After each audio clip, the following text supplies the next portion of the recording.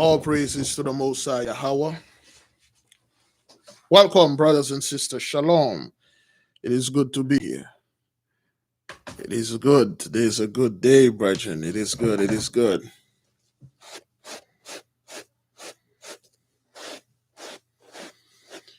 It is very good to be here, brothers. We're about to study, but before we have a couple of things we need to, uh, whoops, talk about certain things that we need to clear out for the nation. Brothers, everything good, brothers. Irifam, we good, man. Mostly been sitting and staying inside and studying. I don't go anywhere for the whole Passover. Still inside and do things, brothers. And we're going to do a little recap. And before that, we have to clear out certain things. First things, oh boy, let me give it a little moment for the people to get in. We'll give it 1 minute. In the meantime, uh, uh, yeah. So give me a one, and if you can see and hear me well, let's see. No, it's gonna be 30, 30. Hmm, two more. What? Steady. Boy, I really need to start what? Writing? Recovering. I don't watch this again. Thank you, brethren, for for hearing me. Thank you and welcome. Thank you, thank you, thank you. Now we are about to discuss certain things related to the nation. It's been 1 minute. Now, brothers, like we said, this prayer we were praying this morning, and I suggest, brothers, it is time during this Passover. It's time to meditate, and when you are meditating, brothers, you have to meditate on the things that you've done, especially the spiritual wardom that you did back then. I understand a lot of you will say, well, I didn't know what I was doing, and uh the Lord forgive me. Oh Lord, well, I didn't know what I was doing, so I did it and stuff like that. It doesn't work like that. So you have to repent from that. You have to give me a second. Oh boy. Give me a second. I'll be back.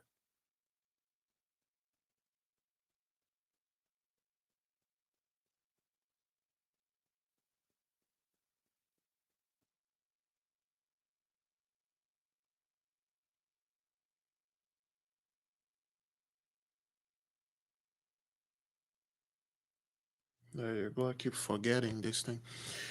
Yes, a self reflection, brothers. We have to, even though we didn't know what we were doing, but we still have to confess that sin. Okay. And we have to think and do a little time travel with our mind. This is not witchcraft, because some of the people that are new and they're Christian, when you tell them to meditate on something, which just mean thinking about something, just mean profound thinking. That's what it means. But it's witchcraft. So uh, think about things, brother. When we were in the church, how much money you give the church, how much of the time you give the church. Were you in the choir all the time that you sing before another God than the Most High? Even though you did not know what you were doing, you still have to tell the Most High about it. He knows about it, but you have to tell the Most High. I remember Christmas, um, 1997. I celebrate Christmas and I give thanks to another God for everything that you gave me. You gave me the money for Christmas. You gave me that job for Christmas. You gave me those presents for Christmas. Yet I give the credits to another invisible, you know, a God that do not exist. You gave me a job. You gave me a life. I spent 35 years in church. I came out of life. And I give you all thanks for keeping me alive. And I'm repenting for all my years that I was in this church, in this Jehovah Witness or Baptist or whatever. You have to meditate on that, man. Because what's happening here, brethren, we all, hopefully the Messiah does not strike me down for this. We are all inside of the ark. We are inside of the ark. Brothers, we do not have that much time left, brethren. It's sisters, when you look at this, it is done. This is what the Messiah told us through these messages. As in the days of Noah, whatever you want to call it, people will partying. As we speak, they are partying, watching footballs and stuff. That's when you know, brothers, while all those things is happening, you got over 52 volcanoes erupted in 1 month. You got all sort of hurricane in Russia. I never knew Russia had any hurricane, brothers. If I told you I knew Russia had a hurricane, I'm a liar. Hurricane, snowstorm, hailstorm in Australia, Texas, over there. Cars are flipping up in Alberta in the snow. Yeah, airplanes are falling off the sky. Helicopters are destroying and police. And then boats are being stuck in a canal, and everybody act like everything is better than ever. Brothers, sisters, that's when you tell the Most High, thank you for waking me up, because he has the power to wake up the other nation or other peoples. But this is his will. That's how he choose to do it. We must accept the will, brothers. We don't have a lot of time. It's beginning, brothers. We can all give the Most High all praise and all glory and keep on doing what we are doing. There's no turning back, brethren. You cannot turn back. You cannot turn back. Turning back where, brothers? What are we gonna do? What are we gonna do? Go back to the church and pretend nothing happened, pretend that the Most High did not call us. Go back to the former life, doing whatever the hell we want. Go back to the life of always focusing on making money. Money is your number one issue. Making more money. How can I get rich? How can I make money by just sitting home, have online business and stuff?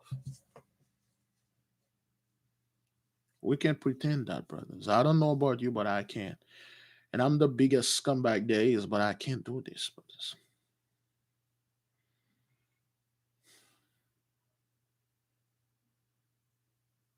I can't. So that's what I wanted to bring to the nation. Do a deep thinking, brothers, on the things that you did when you were in the church and that mosque and that former life. Reflect on that. Ask for repentance and ask the Most High to forgive you. With that being said, let us move to the second. Oh, I have a caller. We have a caller. Let's see.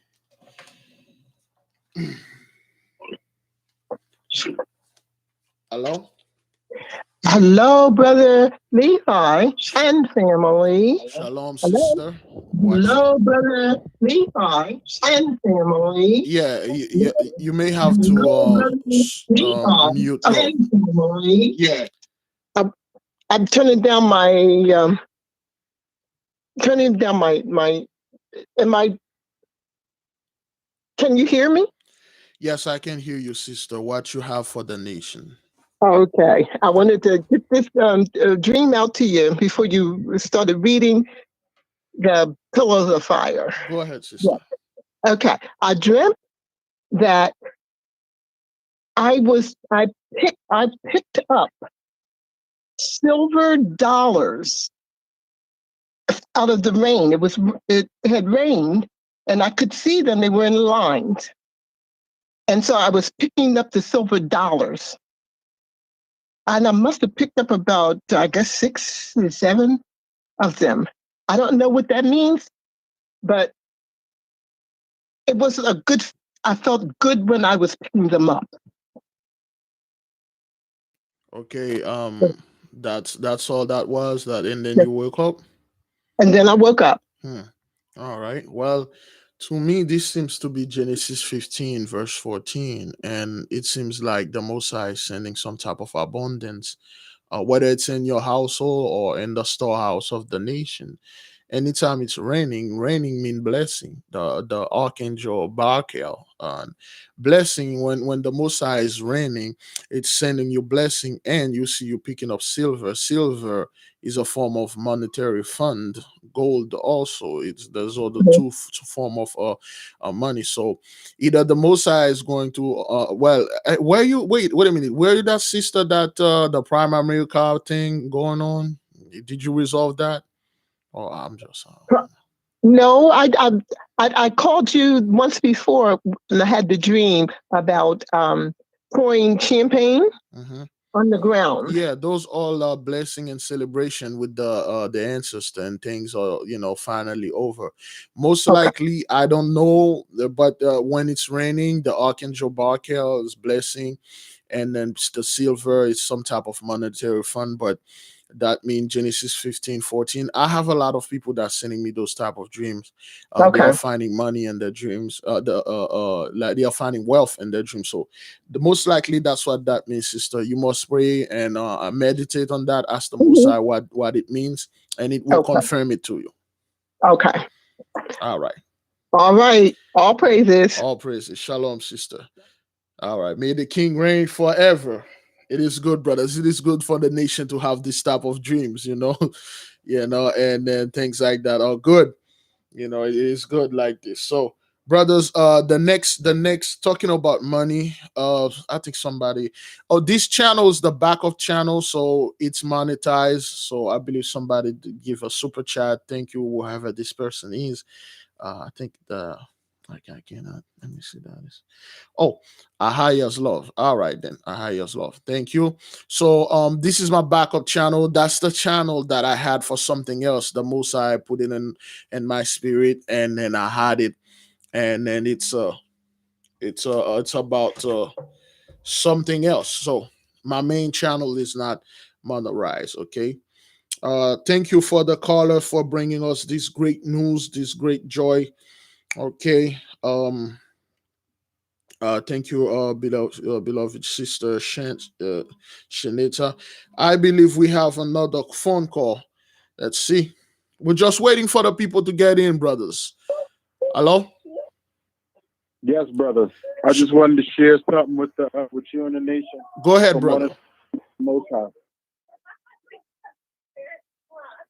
So I was out at the park today with the babies, and next thing you know, I was talking to the neighbor, and the neighbor was mentioning one of his hunting buddies and how his hunting buddy was out in the woods in the back bush, as they call it. And next thing you know, the dude shot a beaver. He started off by first showing me a piece of waterlog that he found in the river while he was out there. And then he went ahead and picked it up and he showed his granddaughter that the beavers ate it and did it. So that was on his mind. And he showed me the wood. And then we was looking at it in the trunk. Then it brought up a story. So you see how the Most High even worked. So it brought the story that he had about the hunters out there in the back bush, and they were hunting whatever they were hunting. And next thing you know, the dude seen a beaver just floating in the water. And of course, Esau being Esau, he just shot it for no reason, not for hunting, not for anything besides the fact that he had a gun and a bullet and a way to get it. And next thing you know, he shot the beaver, collected the beaver. And next thing you know, he grabbed the beaver by the tail and said, "Hey guys," and this was just as recent. This was this year, very recent. It wasn't last year. It was this year. And he said, "Hey guys, look, I got the beaver. Check it out." Well, as he held the beaver up and everybody's head was looking, the beaver head was faced towards his scrotum sac, bit the inside of his thigh, and then when the beaver bit him, he went to throw the beaver off. And ladies and gentlemen, Israel, that man died. because he bled out in front of those people. And he thought that he was going to be able to make it, and he didn't even make it out the bush. He bled out before they hit the main road. So that right there is one of the plagues of the father of wild beasts shall be their graves. Wild beasts, yes, brothers, yes. He thought to shoot and kill the beaver, but the Most High got the last laugh. And even this guy, I don't even talk about Israelite stuff too or anything. And it's ironic, his son knows about everything as far as our holidays, how we celebrate and different stuff like that. But he's not really into that. But he did give credit to the Most High. It was unequivocally. He said that was God. God did that to him because he shot that beaver and for no reason.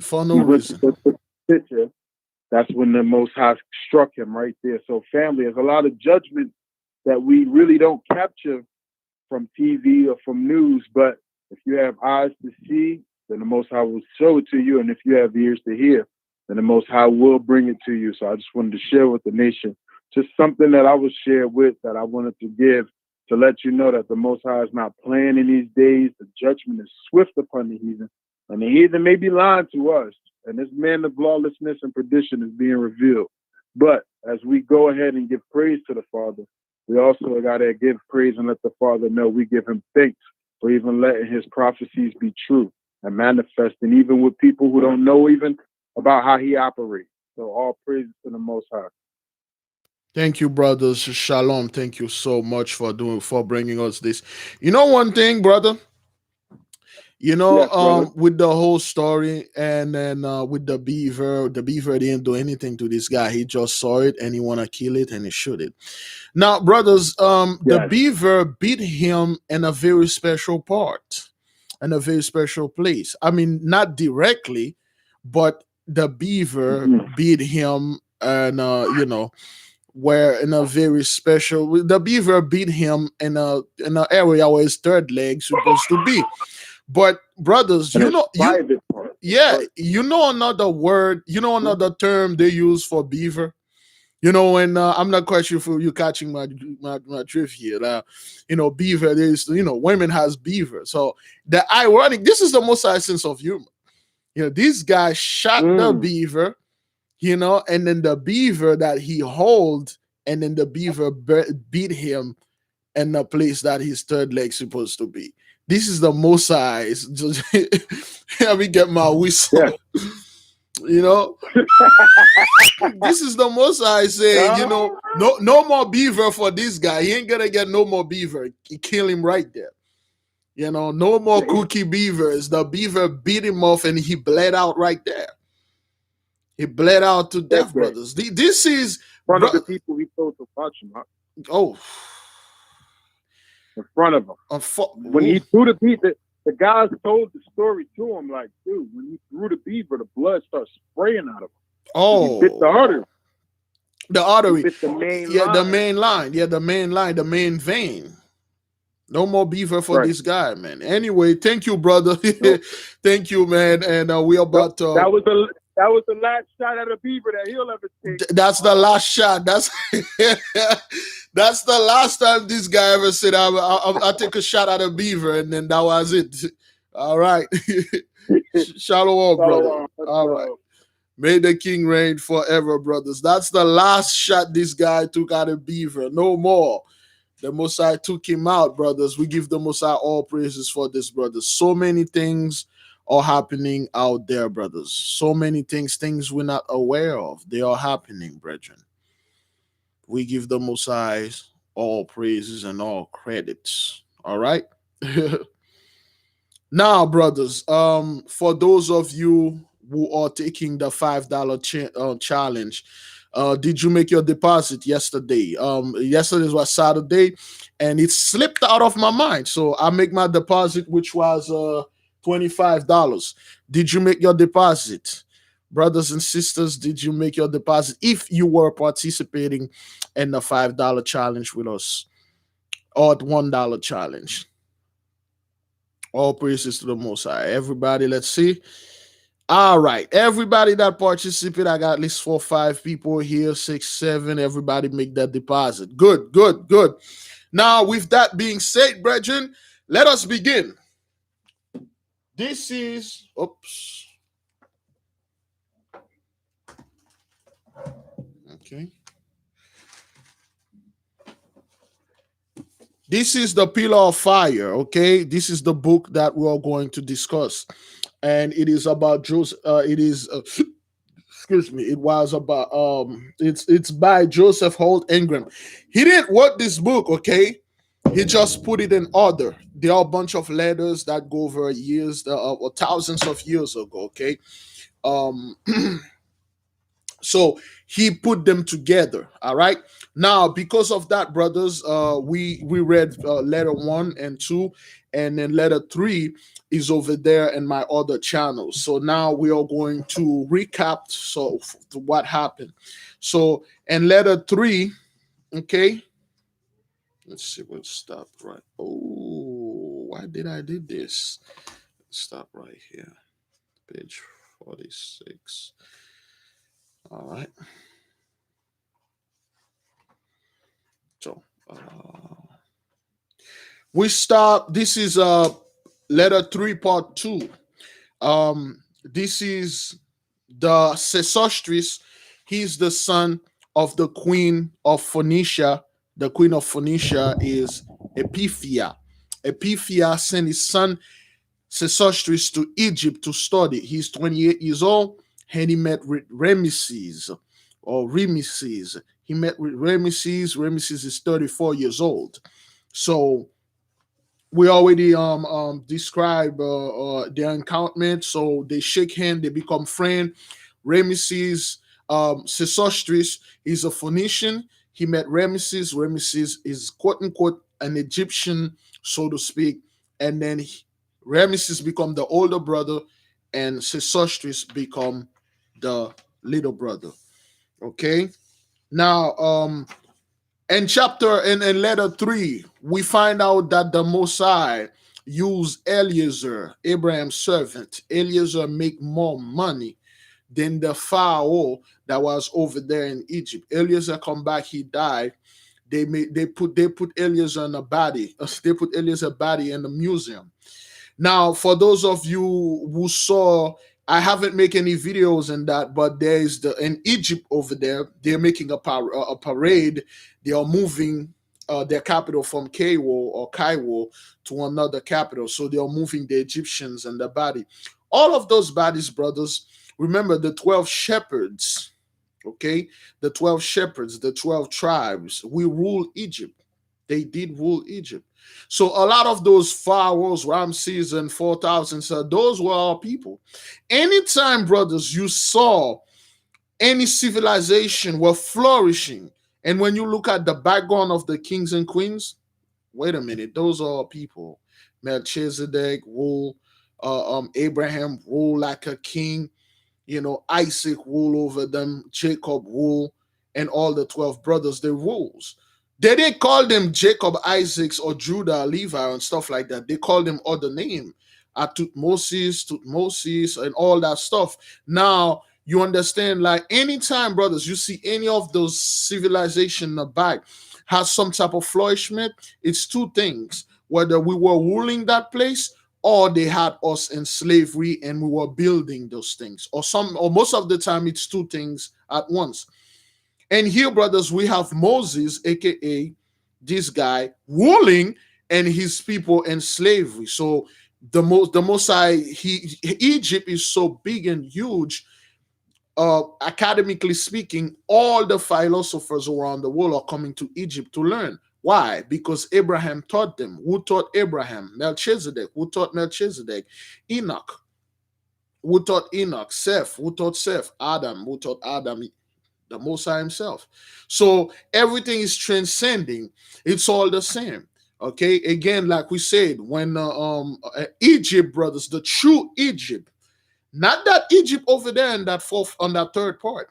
We're talking about the Egypt here in the fourth part. Just Egypt, brothers, was nothing but a refugee camp. Okay, Egypt was nothing but a refugee camp for the Atlantean.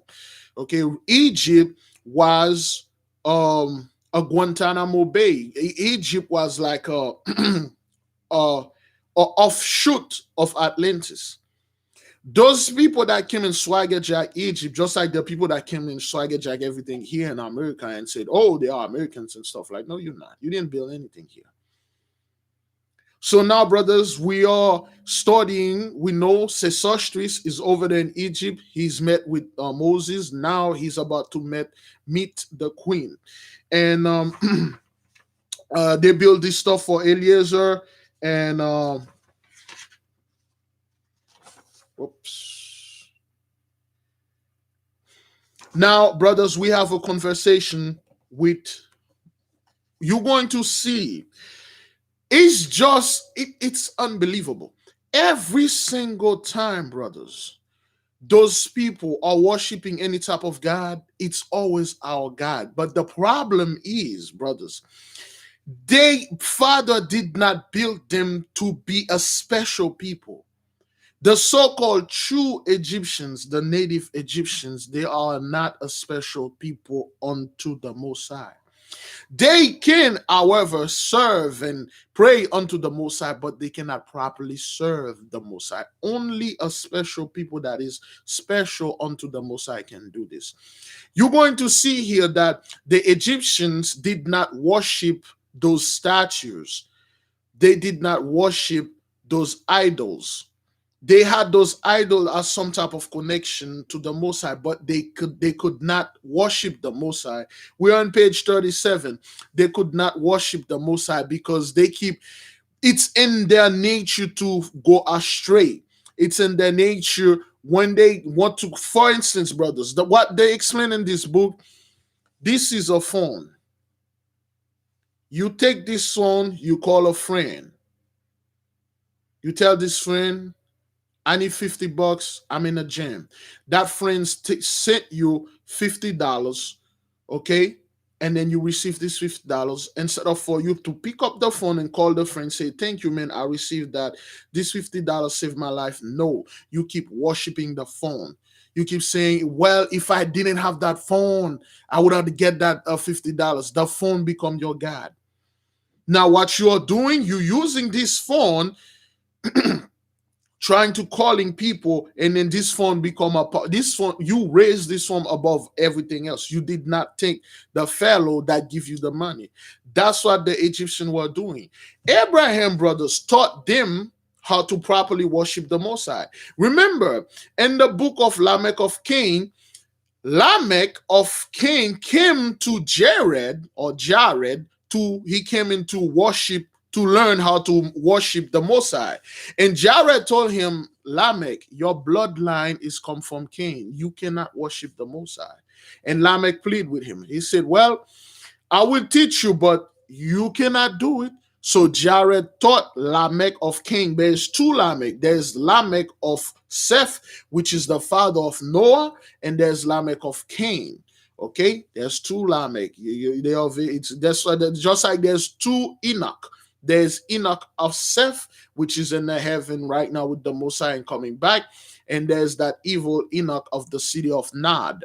Okay, so there's two Enoch according to the Bible. So now, Lamech learned from Jared how to worship the Messiah.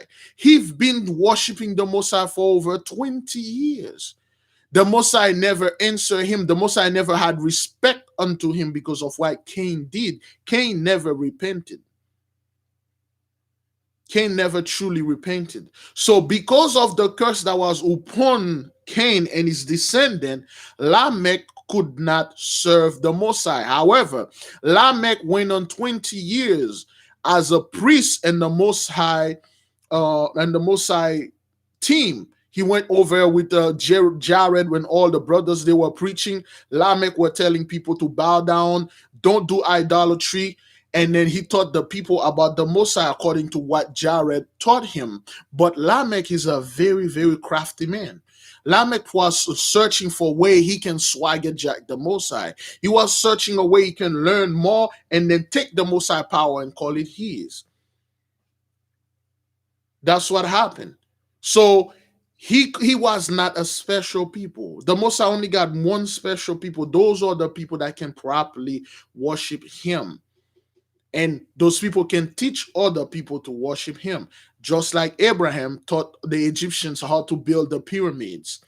Okay, Enoch built some of them, and the guys from Enoch, the other guys built some of them. They build.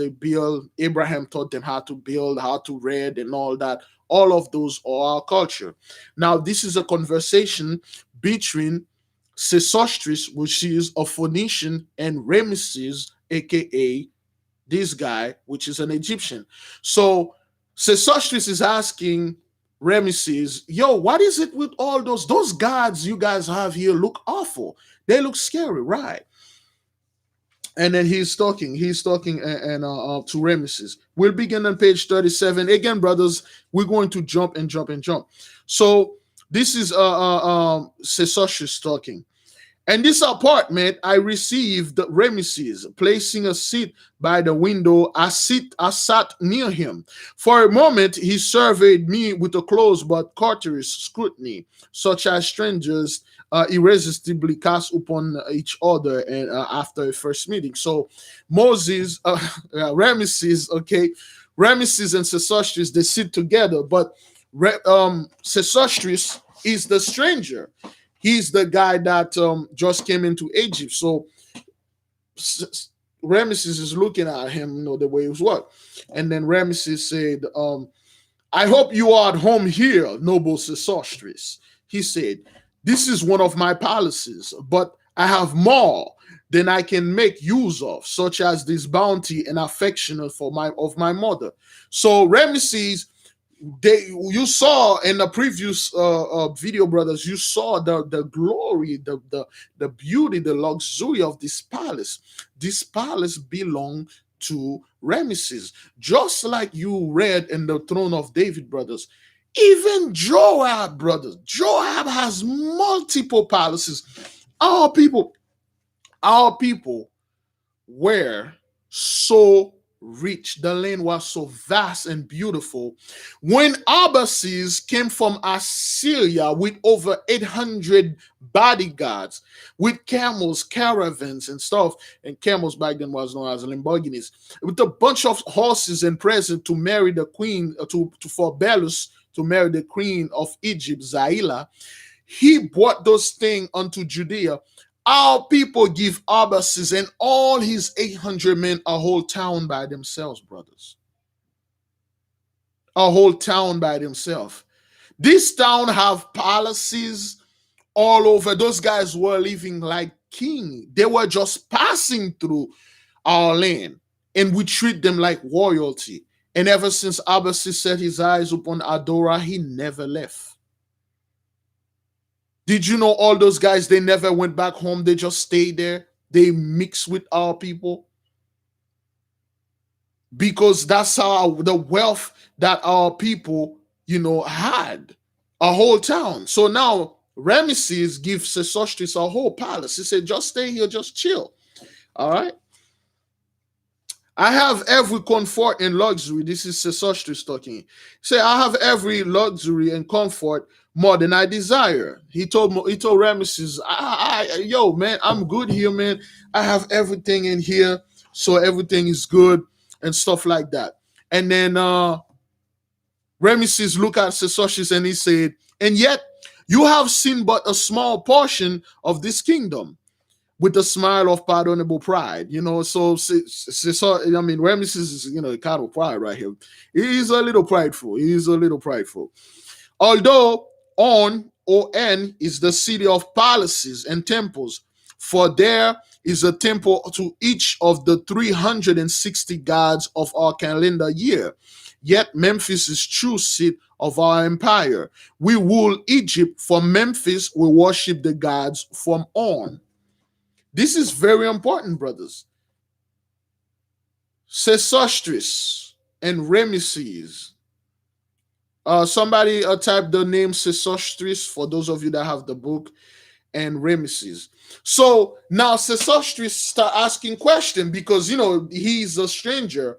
So he asking Remeses. He say, Remeses, how does things work around here? So Remeses said, well, the thing is like Egypt has kind of like two capital. Brothers, if you listen to what Remeses is saying, You're going to make the connection, brothers. You're going to, he told him, the Most High, man, I guess just my mind keep be blown by the Most High. Sesostris tell him, we rule Egypt from Memphis, but we worship the gods from On, a city called On, O-N, two letter, On, O-N. Brothers, and he said, this is weird. He said, no, it technically told him all the politics and stuff like that, those are in Memphis. But when it comes to the religious side, it is from On, O-N, the city On. Which, when you make the connection, you say, this is exactly what we are studying. This old Babylonian system, brothers, when it comes to the religious side and stuff, brothers, is the Vatican. When it comes to the military side, the iron boots, it's America. And then when it comes to the finance and stuff, it's over there in Britain. They rule different part in different places, even here in America. DC is like the whole center seat of the government, and everywhere else is like, there's a place they call the Bible Belt. That's like the religious side of it, and then the rest is just everything. You kind of like, you see like those things, brothers, those people, it's always swagger jacking, always copy. It's pretty much the same thing. So that's why Remeses told him. So, but it is not the good. So now that guy, he's find it strange, Sesostris, excuse me, Sesostris says, but is it not the great god Apis, the peculiar deity of Memphis? I ask. And is not his worship the most magnificent and imposing on earth? So Sesostris thought Apis was like the great god, the top dog. Okay? Yet here in the city of the sun is the temple of Mnevis, the sacred ox of On, honored with a worship as profound and universal as that of Apis. But do no more Polish Egyptians indeed worship the ox, either here or in Memphis? I ask with a hesitation, for as Prince Remeses is first priest of the realm next to high priest of Osiris. This is another very important thing, brothers. This showed you, if you start reading this, you're like, man, the Most High really did know. This guy he's know his stuff. So now that guy get very interested. He asked Remeses, he said, Remeses, is it Apis the big top dude? Isn't he has because in his culture, brothers, it is forbidden for two gods to have the same temple in one city. Each god rule a city, but yet he saw, and in the city there are so both sides there are so many temples dedicated to all kind of gods. And then he questioned Ramesses and said, isn't Apis the top dog? If Apis a top dog, why do we have M Nevis? Why we have M Nevis, a temple of Nevis here, as if M Nevis is actually higher than Osiris and stuff like that? Isn't the Egyptian worship all those guys? And then Ramesses tell him, do not fear to ask freely any question, my dear Sesostris, he said. We do not worship these animals. That's what Remeses told Sesostris. He said, we do not worship these animals. All those statues that you see, we do not worship them. And then that guy is shocked because he's like, what? You guys are, yeah, you guys do worship it.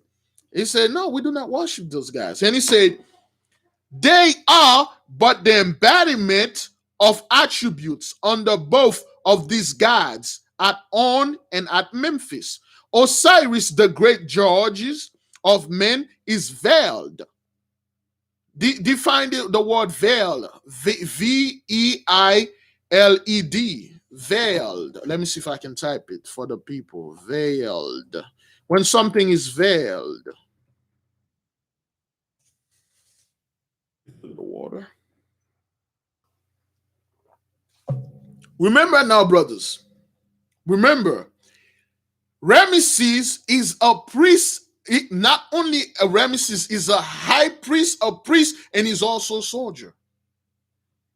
This is very big. This dude, Vel mean hidden, Vel mean invincible, Vel mean something your fleshly eyes cannot see. It is hidden, it is concealed. Again, brothers, when you're looking at this, they are talking about the Most High. Just like the Catholic Church or any other religion. Make no mistake, brothers. They know the Most High power, they know the Most High wrath. But again, they like to take the Most High glory and apply it to themselves. They like to do this. They like to sit next to the Most High and rub elbow with the Most High. They like to do that. They like to use the Most High philosophy, and then so they can do stuff. Let me see. Veil, having or wearing a veil or a concealed cover. That means you cannot see this God. He said Osiris, the top dog, he's veil, which means he's talking about the Most High. Then this is what he said. Okay. Under both these gods of On and Memphis, Osiris, the great judge of men, is veiled. They are but the living images of Osiris. The origin of their introduction is unknown save to the priests. This is, it's the same bull, brothers. It's the same bull. He said the origin of their introduction is unknown save to the priests. That means only the priests know the origin of those things. Okay, the secret priesthood, whose office is to keep the records of all appertaining to religion. What is revealed concerning the history of Osiris? Tell me a little bit about Osiris. I asked, for I am at loss, because he could not understand. The dude was lost. He was lost. He's like, what?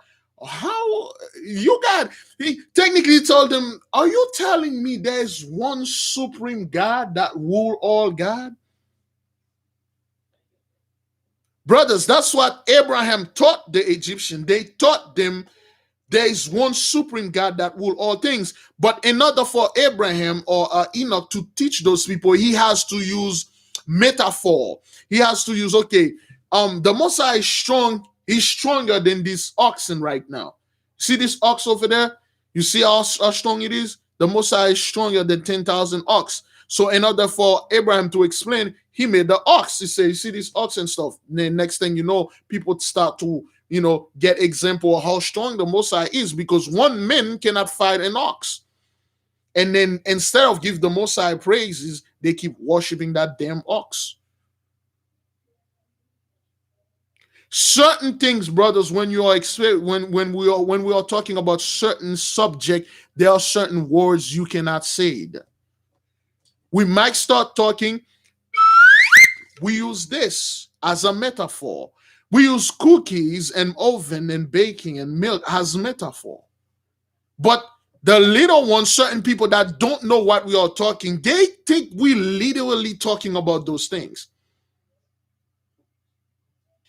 You see what I'm saying, brothers?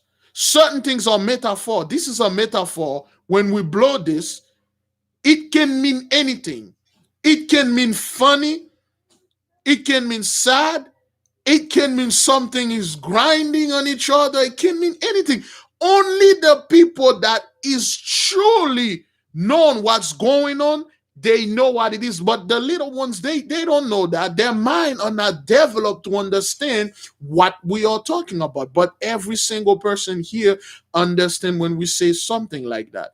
Because if we say the real thing, brothers, the mind of those certain group of ages will be blown. And even that, they will not understand it. Some of them will like, what? This is disgusting. I don't know what that is. But us that know this, we will understand. That's exactly what happened here. When Abraham taught them about the Most High, how to worship the Most High, the stars, how to build things and things like that, he taught them in a way that they can understand. But the true meaning of the Most High, only the people that the Most High is special unto, or the people is special unto the Most High, can understand and worship him properly. up until those specific ages of those people grow up. And then 10 years later, they're going to watch these videos and they're like, man, I was laughing all the time at Big Levi and the people where they were, blowing this thing and talking about cookie and stuff. Wow. Now I understand. They have to grow in the truth, but we don't have to grow in the truth. We were born and molded by the truth. You see what I'm saying, brothers? So this is exactly what Remeses is telling here. All right? This is what he said. Of Wu's religion and stuff like that. The priests keep the meaning of stuff like that. The priests keep the meaning of all those things, okay? Because the priests cannot go out there and explain to each Egyptian one by one. It's a waste of time. They know this, brother. They know the Most High is the top dog. They know that. They know this.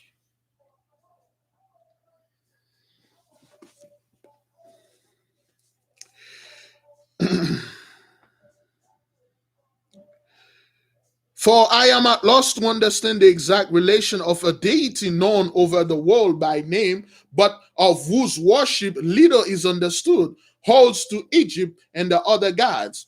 At home in Syria, I have marveled how the Egyptian mythology could stand when made up of such contradictory elements. A part directed to worship of an invisible divinity, a part directing the adoration of a host of heaven and beasts of the earth. In Phoenicia, we worship the invisible through the sun as it is representative. We worship nothing earthly in Palestine or Palestine. Well, we say Palestine, so they won't mess up my video. In Palestine, south of us, Ashtaroth, Belus, and images of stones and brass are adored, but not with us. So this dude getting confused. He said, wait a minute. In Phoenicia, he's talking to Remeses. He said, in Phoenicia, we worship that invisible one because Melchizedek ruled Phoenicia. Okay. The Most High technically tell us, brothers, no matter how much you try to teach those people, it's not in them to get it. It's not in them to comprehend his mind. It's not in them to worship him. That is why he has a specific people to worship him. And these specific people even have a more specific tribe that is close, that is joined unto him, that is closer to him, that has the priesthood and all that. I understand some of you will say, okay, this is not valid anymore because we are under certain order and things like that. I understand this. Again, like I told you, brothers, the Most High is not that simple. If you keep raising anything above the Most High, you cannot reach him. If you keep raising some type of priesthood, you have to be this priesthood to be under the Most High. If you keep doing this, that's what those guys do here. You're not going to reach the Most High. And he said, in Phoenicia, we worship because Melchizedek ruled Phoenicia.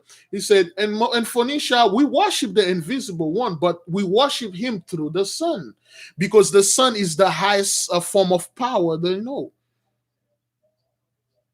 The sun is the highest form of power that anybody know. Well, we know black hole, but we can never prove them. But the sun, brothers, is the most powerful thing you can possibly imagine. You know, it's the only thing that I could say you cannot spend 1 minute staring at him. Although some scumbag did this for money on YouTube. Anyway, the sun, they worship the invisible one through the sun. And he said, on south of him, the neighborhood Palestine, they worship anything. They worship any kind of graven woods and stuff, but him, the Phoenician and his people, they do not. Can somebody tell me who was a very famous Phoenician? What was the nickname they give this person? When we were studying the book of the Throne of David, this person was a Tyrian. She was a Phoenician, and she came from Phoenicia, from Tyre, and she was dubbed as a name. She was visited by a king that was looking to bring another person from the spiritual realm. Anybody remember the name of that fellow, the person that we're talking about? Before I move on, just to show you how the Most High community. When you start connecting the dots, you're like, only the Most High have the power.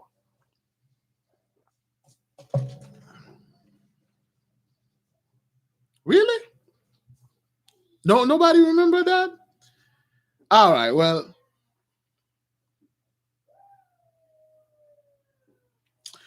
All right, okay. Thank you, brother de jour. She was the quote unquote the witch that Saul visited.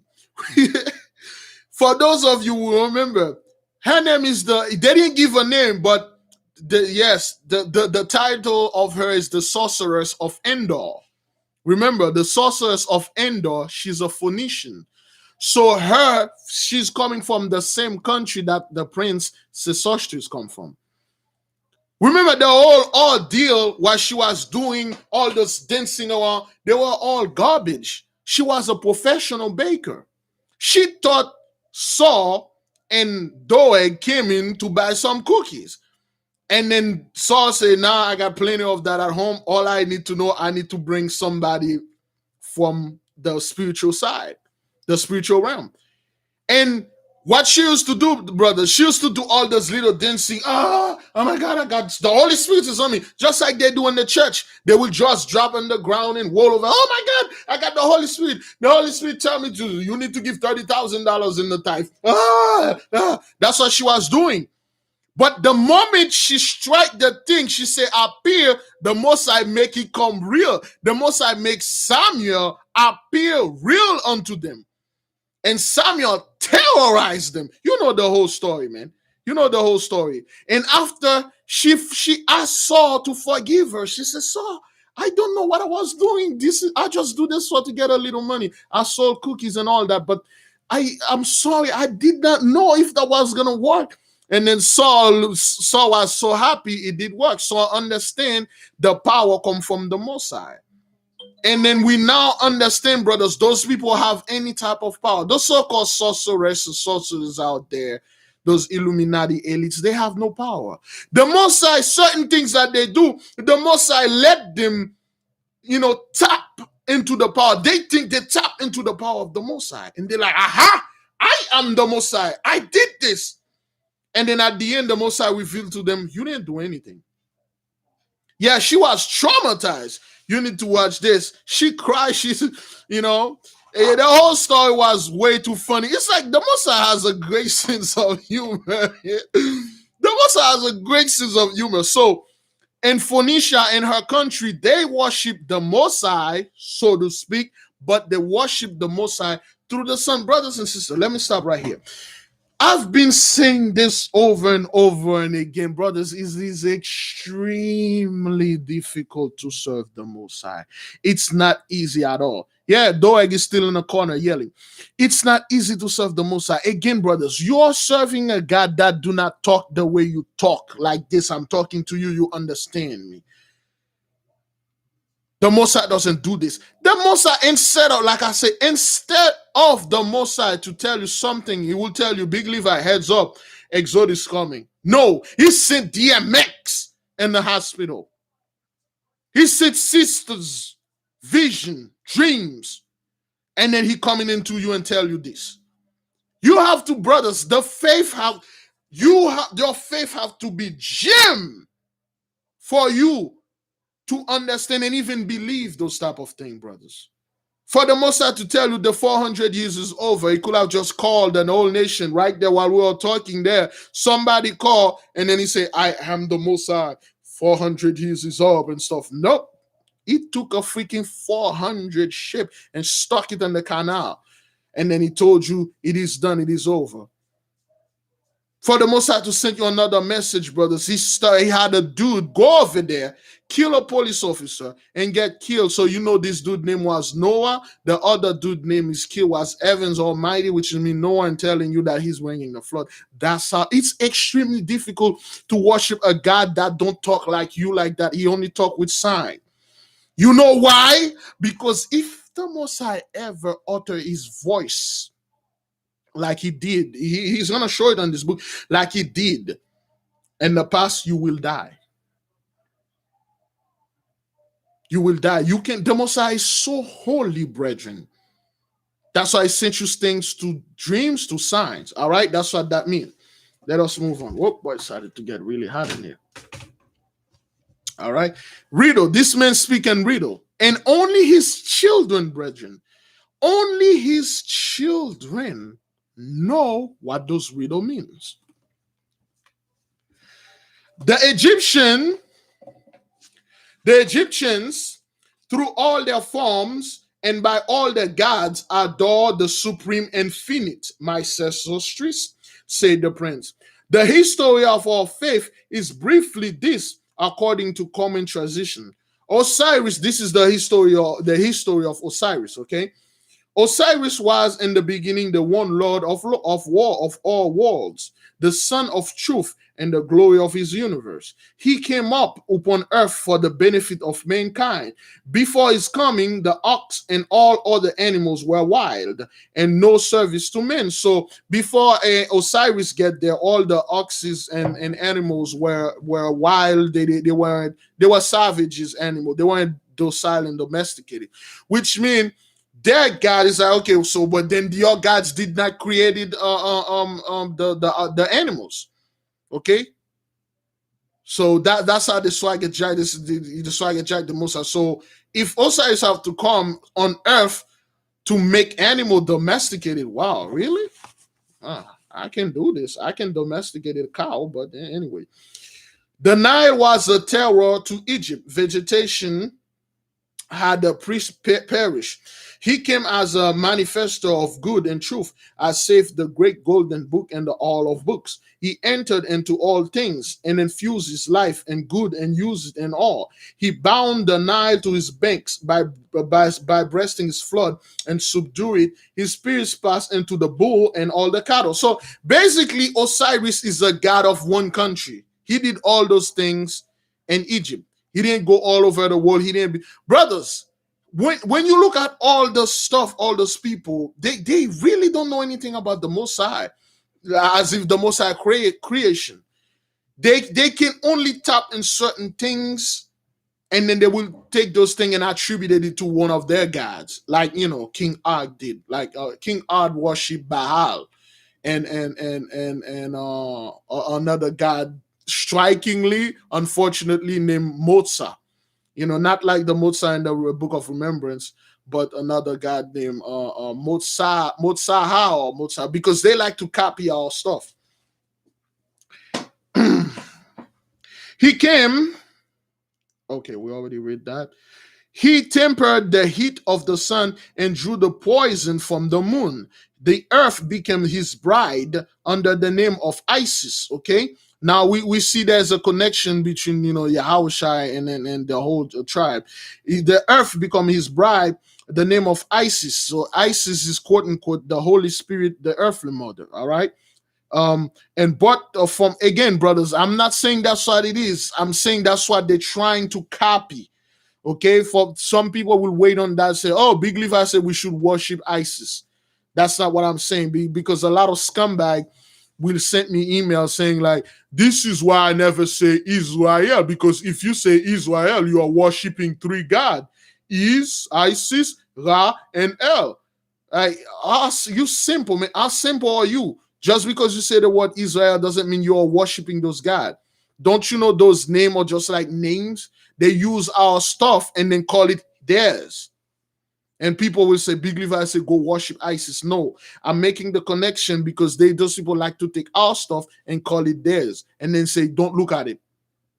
Look at your own. Well, I don't, what do you stole my stuff and then you tell me, don't look at it, go look at my own.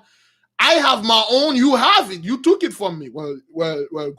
Go look at your own. Go make your own. Okay.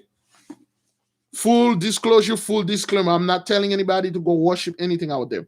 And brought forth Horus and the order of the equal times, and thus man was benefit, and the earth was made habitable. So, brothers, that's why you see all those so-called black scholars out there always say the Bible come from the Egyptian. No, it did not.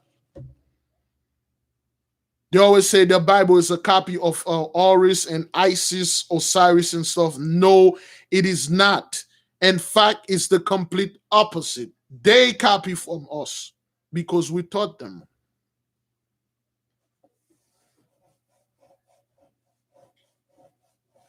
Understand this? Okay, he was buried. This is a history they are giving here. He was buried and rose again and become a judge of the dead. And this legend, a fable and the foundation, noble sesostris, of our mythology. The sun, the moon, Nile, animals, and vegetables, even are regarded as sacred. Therefore, because of the spirit of soul of Osiris had been infused into them to change them from evil to good. Thus, one God is worshipped through visible object. That's what Remeses told him. He said, technically, he said, excuse me. Technically, say the sun, the moon, Nile, animals, and vegetables even are regarded as sacred.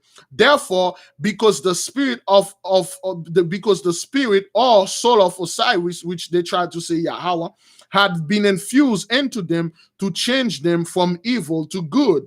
Thus, one God is worshipped through visible objects, which he had consecrated objects once in his temple and abode for, says the sacred record, he had to enter into everything which he restored to us men. So the mythology of Egypt, I said, it is once relieved, O prince, from the charge of grossness and superstition which has been attached to it. I can now understand more clearly your system of religion. So basically, Remeses, aka this fellow that we're about to know who he is, he just told him the moon, the sun, the Nile, the animals, everything, they all have a part of the one invisible God in it. Everything that you see all those animals, which we told those people, everything has a spirit of the Lord in it. Everything give glory to the Lord.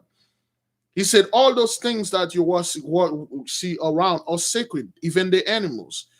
And before we even get to this, the beloved brother called us and he told us about that dude that went in hunting. He wasn't even hunting, or so to speak. He saw a beaver in the water and shoot the sacred animal. You didn't shoot this animal because you were hungry. You shoot this sacred animal, which has a spirit of the Most High in it, because He created it. I'm not saying the Most High blew his breath into animals.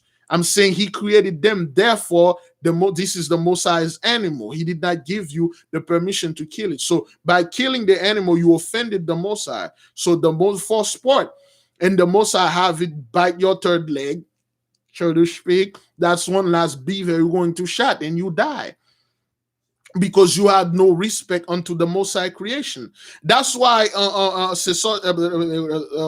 Remeses is telling Sesostris. He says, Sesostris, that one God exists, but everything else is for him. Everything he's infused in everything that is in Egypt, so to speak. And then Sesostris was like, whoo!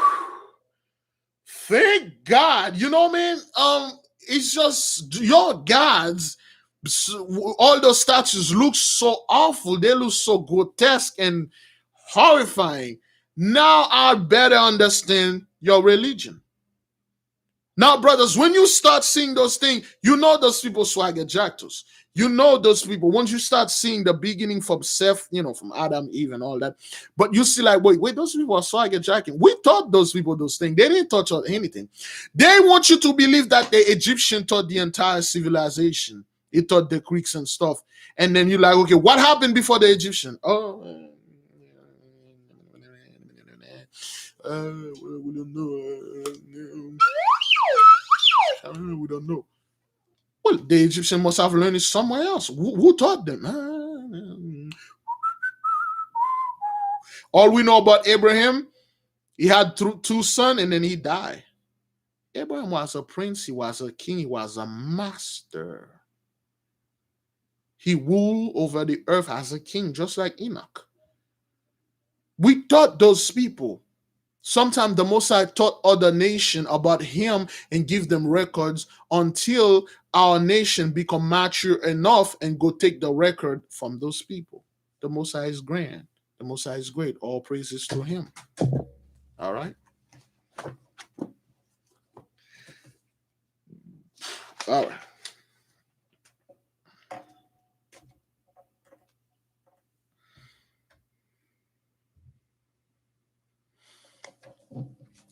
So he started to tell technically he told him nobody here, he said, Sisters, nobody here worship animals and statues or anything. We worship one God that is technically the main boss.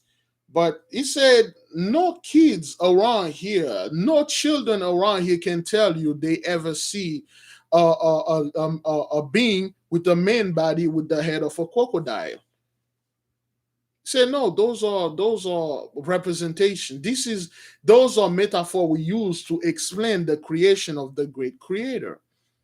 And he said those people are too stupid to understand the true meaning of the one God. So they go around, they worship those things. We told them not to do so, but they keep doing it. But there's nothing you can do. If this is what this person want to do, we let them do this, but this is not what it is. And then he start talking, brothers, and then he start explaining and stuff like that. Let me see. And this nicety of philosophical speculation, I say, must have given rise to several grades of deity in Egypt. Yes, the gods are the first and second and third order, each in its systems of priesthood and ritual.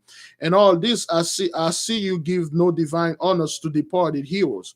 No, listen to this. No, our gods are none of them deifying men. Deifying men. They are not like Bacchus and Hercules, and other of the ancient and Syriac deity who were human heroes. Our mythology is a pure spiritualism. Its object, divinity, worshipped by emblems, symbols, signs, figures, and representative attributes. So, what Sesostris said, and all this, I see you give no divine honors to departed heroes. So Sesostris said, when you tell me all those things, I see you don't give any honor to the dead, the hero that died. He said, no, we do not worship, unlike the Greeks over there that come over here and learn. Remeses told him, like, unlike those Syriac people over there, we do not take our heroes and make them into gods. We do not take Hercules, that was a man. We did a bunch of things and then we made him into a god and have people worship him. Our religion is purely spiritualism because they get it from Abraham. He told him, like, we don't do that. We don't do that here. We don't take a man, okay? This man, like, for instance, brothers, some of you may know, some of you may not know. Are you familiar with the movie The Big Lebowski?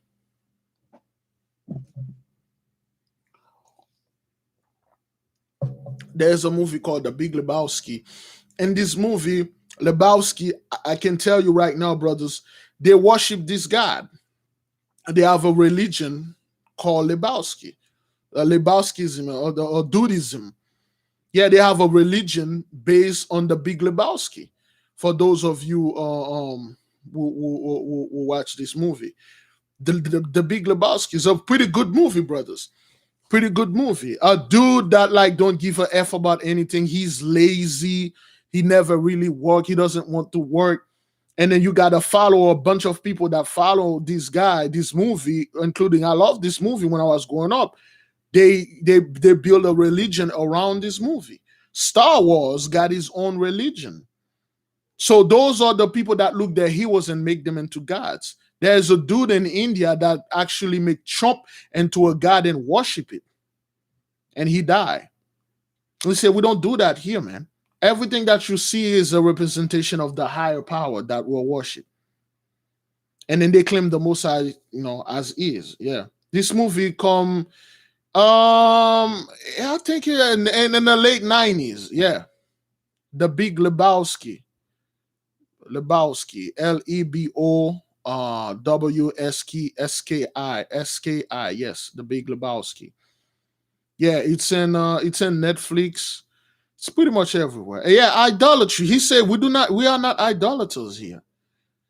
You know, those are the things that Abraham taught them. But the Egyptian brothers, listen, if as a king, if you're ruling, you find a way you can turn your face, your statue, into something that people can worship, you will have more power. That's how they co-opt the proper spiritualism that Abraham gave them. And then they become idolaters. And they are teaching the Israelites to be idolaters. Our people spent more time in Egypt than anywhere else.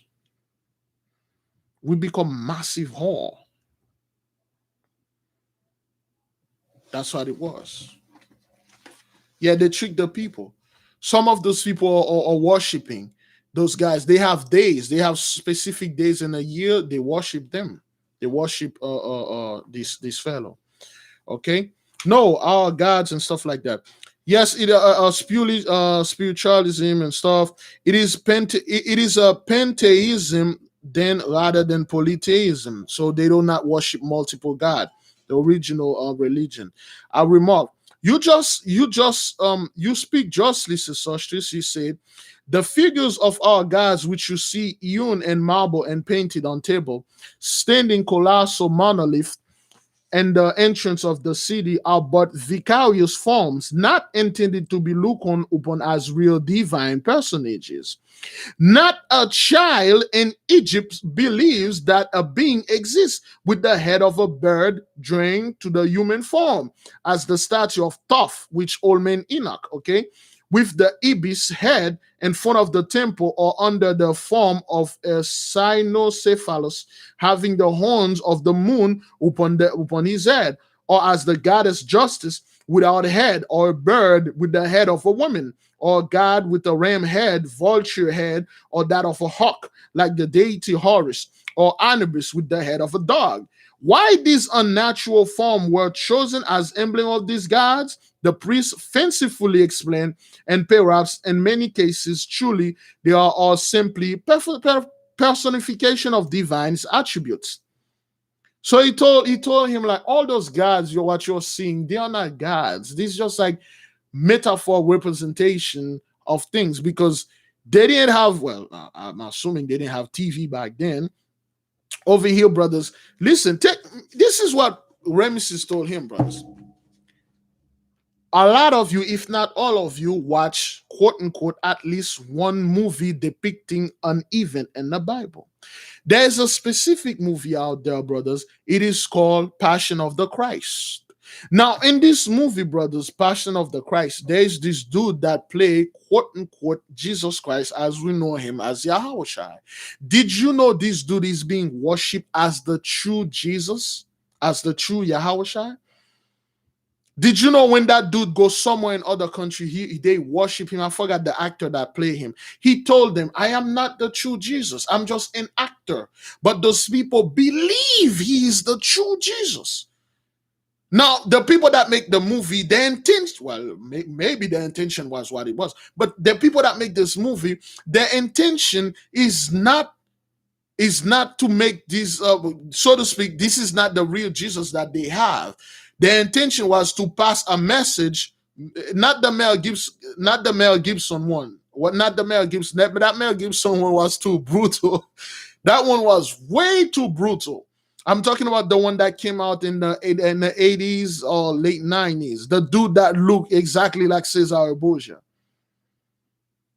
Brothers, do you know in certain country, Jim Caviezel? I'm not quite sure that's this guy name.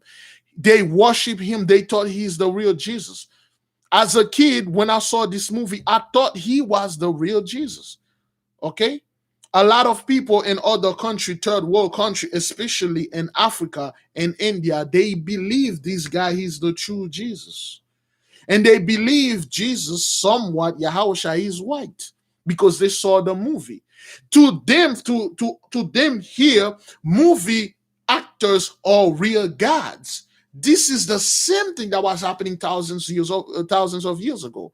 For them to explain certain story, they make some type of ego airhead like and then instead of them to get the lesson in there, no, they said, I'm gonna start worshiping this thing now because I saw what this thing can do.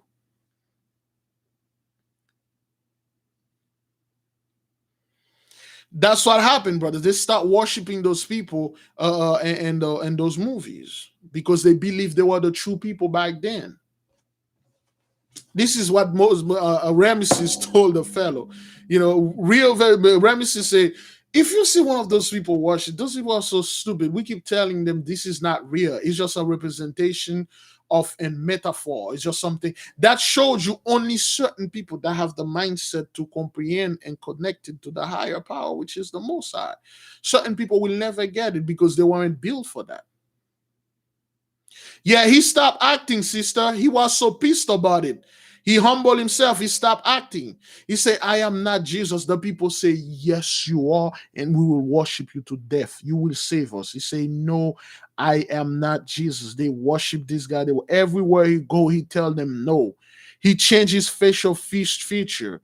They still worship this guy because of the movie that they saw. So back then, movies were like those statues for those people. They worship those statues, even though the priest telling them, stop doing this, you're making the higher power angry, it's gonna come after us, you know, and stuff. Now you see why the Mosai had to harden the heart of Pharaoh so he could punish those Egyptians because they didn't want to follow what Abraham taught them. Abuses I remark when he had those eloquently spoken most naturally flown from such representation, and these emblems among the people soon assume the importance of the divine personage to which they appertain. The mass of the population must be idolaters because the scumbag, they're not doing what the priests are telling them. The priests keep telling them, don't do this. Brothers, it's not different with the Hebrew movement. The word came into them. We must follow the Mosai. Oh hell no! I'm gonna follow my camp, my elders. They know the truth. I'm going to follow the 80 books, the 60 books. Don't be coming over there and bring what is this? What is this ish? The pillar of fire. Esau wrote this. Esau said 80 books only. It's no difference. Those guys make the Bible their God. They make 80 books their God. They make camps their God. They make an elder in their camps their God. They will not listen to the Mosai. They will not come in properly. If they see something they don't like, they will not ask questions. Say, brother, why do you have your head covered and pray? And then when you tell them that has nothing to do with your actual head, the Holy Spirit is very powerful. The Mosai is powerful. You doesn't need to cover your head for the Mosai not to hear you. If that's what it was, brothers, every single person that want to go ahead and do certain bad things, every time you want to bear false witness for the Mosai not to hear you, you will cover your head and start lying on everybody. The Mosai cannot heal you if you lie in your head. That's not what that means. It means if you cover your head, which means your heart. If you cover your heart, which means you hide things in there. You don't want to tell the Mosai will not hear you, which means it will not have respect on your prayers. It will not have respect on that. So that's why, brother, it's no difference when you see those camp going out there worshiping men. I'm under this general, this guy. I'm under those elders. I cannot do anything unless they tell me to do. I cannot go into this book unless my camp approve it. It's the same thing. When this truth started, they say, follow the Messiah, he will send you the Holy Spirit. Brothers and sisters, Jews and Gentiles alike. Every single person here, brothers. Thank you, Brother Phil. That movie came in 1977. Every single person in here that watch all the videos, they don't fight the Messiah. They let it. The Holy Spirit came to them. It confirmed things they were asking as questions. They understand everything. You got people sending email left to right, say Big Levi, Exodus, the tattoos and DMX neck is Exodus 1:7. Why I could not see this? The computer is very far from me. When I'm doing video at night, I have to come close to the computer. I can't really see because it's very far, and it's 2 a.m. I can see. The whole nation, brothers, as people that are here, we like to work together. I'm supporting this brother. I'm supporting that brother. We're connecting the dots. People are calling, telling dreams, telling stories, things that they witnesses, and it all connect. One of us want to be a scumbag. I don't know about this, man. You're interpreting dreams, so this is witchcraft, man. And did you know in the book of Joshua, Joseph interpreted the dream of the king, the dream of the seven oxes and the seven shaft and all that. Over here, brothers, we act as family. We bow down unto one man, and that man is the Most High. To hell with everybody else. To hell with everybody else. Brothers, anytime you hear anything out of my mouth, I'm starting to say, I came up with that. I did this. I did that. Unsubscribe. But before you unsubscribe, call me for dinner. You want me? If you call me for dinner, I will come. Say, Big Levi, we're having a great dinner for you on a boat, on a cruise. We'll take you for a dinner or a boat ride. And then you make sure I go in peace to my father. Because I'm starting to speak in straight. Believe it, brothers. The Most High will not bring you thus far, pull you out of the church, and then to bring you back again. To put you back again. The Most High will not take you out of your former life and then bring you and put you inside a FEMA camp and have you killed and all that. It doesn't work like this, brothers.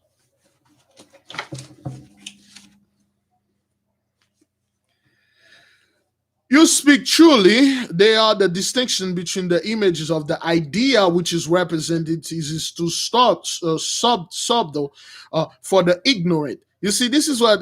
Listen. You speak truly. They are the distinction between the image of the idea which is represents is too subtle for the ignorant. They lose sight of the attribute by filling the whole horizon of their minds with its images. Look, listen. You speak truly. They are the distinction between the image and the idea which is represents. This is page 41. Represents. It's too subtle for the ignorant, the scumbag, the ignorant. This is so. They lose sight of the attribute by filling the whole horizon of their minds with the image. Thus, the Egyptian mind is clearer more than more, being drawn away from its ancient spiritual worship to a superstitious veneration for images. This is the same thing that's going on here for images, which originally were intended only to control and fix attention or to represent some religious tradition or idea of divinity. He says those things are only used, the Bible, brethren, is only used for you to bring your attention. It's a book for you when you want to know something about the Most High. You read it, you read some history, and then now you make the Bible the freaking God. If the Bible don't say anything like it, it's false. If the media don't tell me the elite, if some scumbag don't go around here and take the glory, give it to the Luciferian, it's not what it is.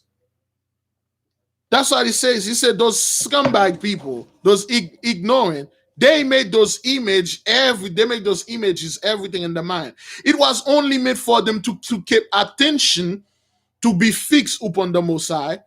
Yet they use those things to worship you, and then they become freaking idolaters.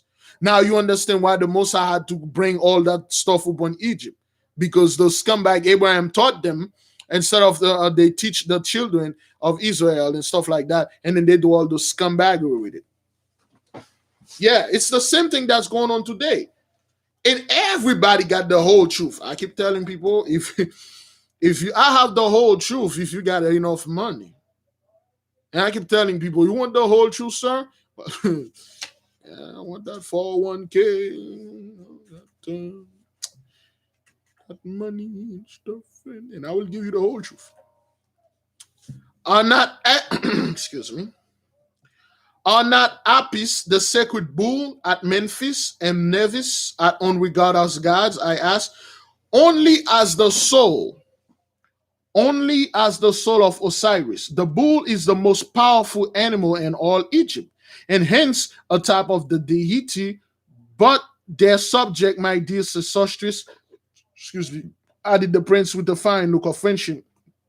You will know more by as you dwell among us. I will command that you shall have every facility from the priest and also from the philosopher and wise men in your further studies of our people. I am happy to have given you your first lesson in Egyptian law. You are done me infinite honor. So, and they were talking, and then Remeses told him, um, Remeses told him, I will give you access to all the priests. I will give you access to all the books. I will give you access to all the records so they can teach you properly about that big power that we call. And then Sesoshi said, you know, he came to Egypt to study, right? He said, I am grateful, thank you, and stuff like that. So he said, you have done me infinite honor. This is page 42. Infinite honor, noble Remeses. I replied, returning with gratitude his looks of kindness. Now, brothers, it's going to get a little bit disturbing, okay? It's going to get a little bit disturbing. But in the meantime, uh,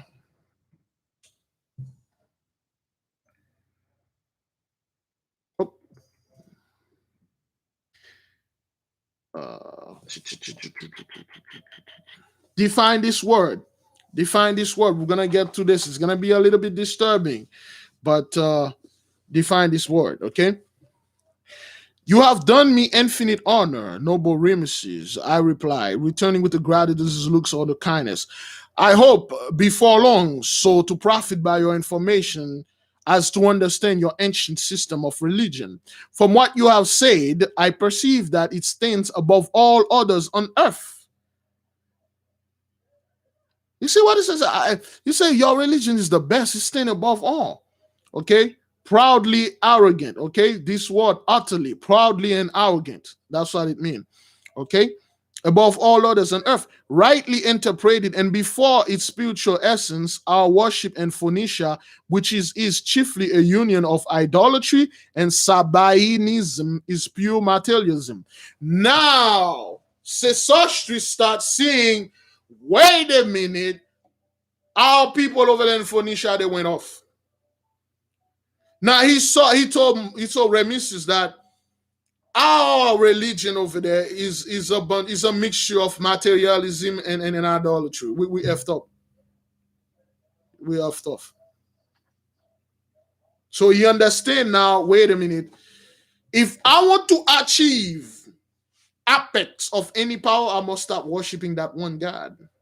But not through those beasts of images and all that nonsense, but through the guy directly. And he will show you how to properly worship him. Okay? Now, brothers, bear with me. It's gonna be it's gonna be a little bit very disturbing, but this is what that is, all right? At this moment, we rose as by one impulse and walked out upon the terrace to enjoy the breeze, which was waving refreshingly to our eyes. The branches of palm that stood before the door. So both of them, they stood up and they walk outside so they can see what the hell is going on outside, just to stretch their legs. The day was intensely hot. In the shade of the column of the square, many of the citizens had gathered for shelter from the sun's beams. Brothers, it was very, very hot. The sun was blazing, ever blazing, girl, blazing of the flame. But still, in its burning heat, the bondman of whom I have spoken toil on with the burden of bricks. He said, even that heat, I saw those bone people are working on there with heavy bricks on the back. They are still working in that hot sun. Not far off were a score under one taskmaster who stood by with a long staff, which we severely beat an old man who had sunk to the earth under the combined heat of the sun and the weight he was compelled to bear. My heart was touched at once with pity and indignation. So he saw, brother, he saw in the heat, there's a group of people that are struggling under heavy burden, and there's a taskmaster, okay? A slave catcher, a supervisor, a policeman beating one of the brother, an old man. He was beating the old man, he beat the old man, then the old man collapsed, and the sun and the whole thing fell on top of him. And then he said he felt for this old man. And then he felt his heart touched. That's a Gentiles, brother, so to speak.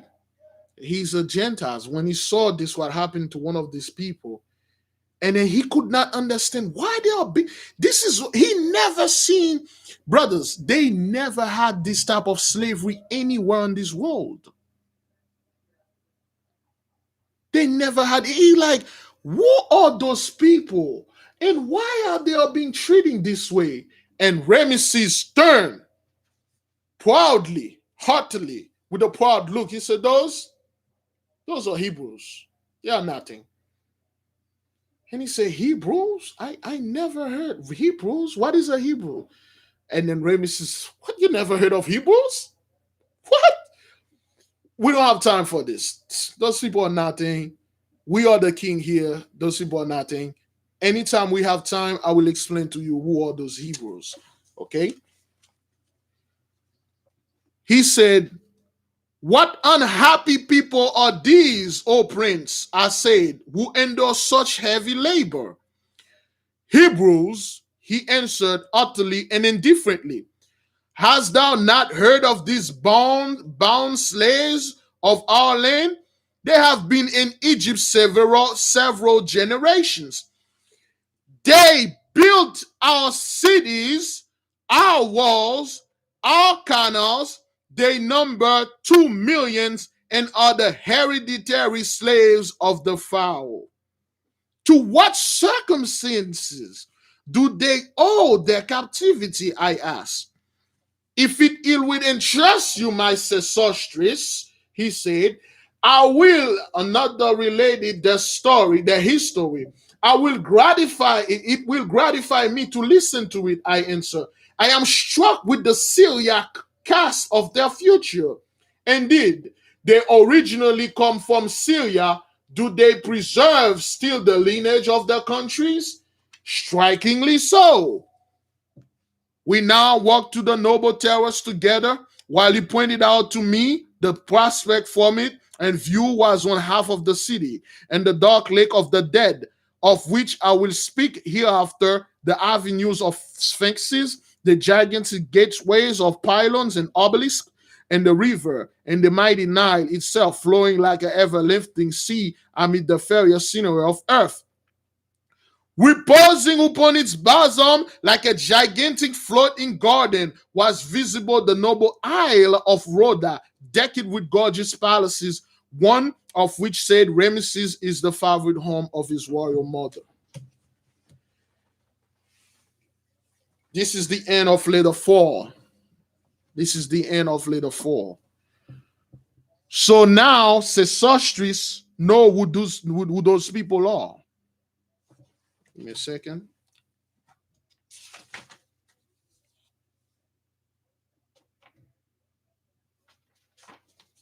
Okay, we will stop in letter 4.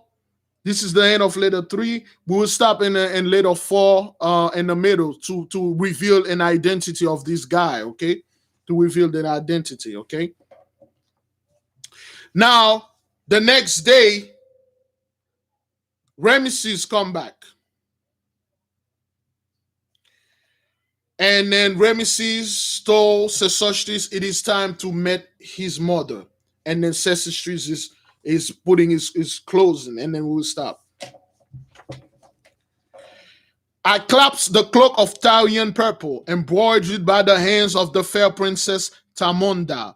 And instead of my sword, I held a gold-tipped wand, as no one is permitted to appear before the queen with arms. Now, brothers, we keep saying this before. One, back then, one was like a normal thing to have. They weren't that Harry Potter one scumbag stuff that you see. They were like short staff. Okay, everybody had most of the noble people, they had one, and his tip that the one, everyone that they have a wand, they have a certain degree that telling you those people are nobility, those people are servant. It was something they have in their hand back then. Okay, most of the people had one back then. Okay, but you could not go see the queen with a freaking sword or any weapon. You have to get a wand in your hand because the queen was a soldier, so she was a woman, so that what it was, and she was a queen. These wands or rods are carried by all Egyptians of every rank as constant companions, but their value and beauty are regulated by the position and wealth of the person. Those of nobles being tipped with gold, all right, the noble people that one are tipped with gold. Let me see, coat tipped with gold, while ivory, ebony, palm wood, and common woods are the materials of which others are made. The rod borne by me was a present from Remeses. So the one that he has is a present of Remeses, okay? And near the burnishing gold head of it was a massive ring of great price, bearing his royal cartouche, like and sigma, like a writing, and which he called Remeses Moses, and which he called Remeses Moses, son of Pharaoh's daughter and prince of Ra, Memphis and Thebes, son of the god Nilus and leader of the sacred hosts. Now we know Remeses is Moses, okay? Yeah.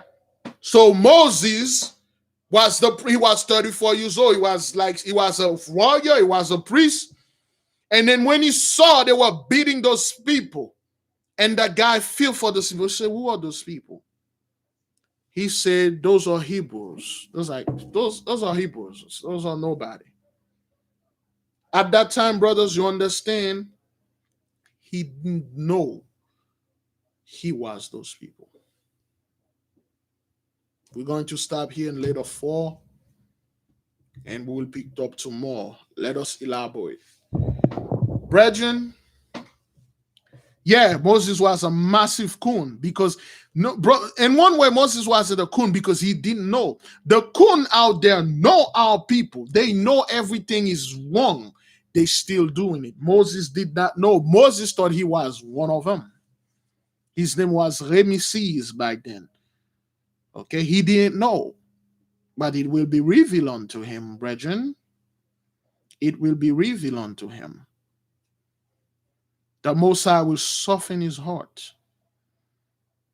We will read this in the next chapters coming. Now, brothers, we understand like Abraham taught the Egyptian about the Most High and how to worship the Most High only. But in order for them to understand the Most High, they have to use certain things to explain it to them. And those people took those certain things and start worshiping them. That is why you got all those black scholars out there keep saying, oh, the Bible was an Egyptian book. They copy from Horus because Egyptian is much older. They come with all civilization. Garbage. Garbages. They don't know that. Brothers, to better understand everything, you have to go back in the beginning. Even before the Most High created the earth. There are stories in the beginning.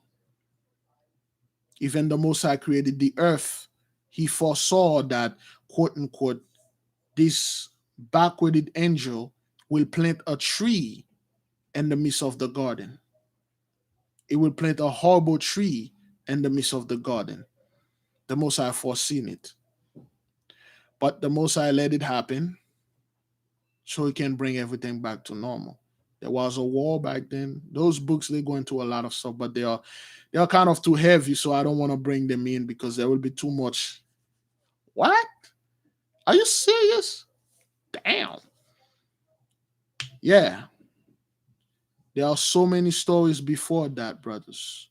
There are stories of the trees fighting the sea, the fires and the sand come and intervene. Those giant, the flat top mountain that you're seeing, for instance, the Devil Tower was nothing but a tree.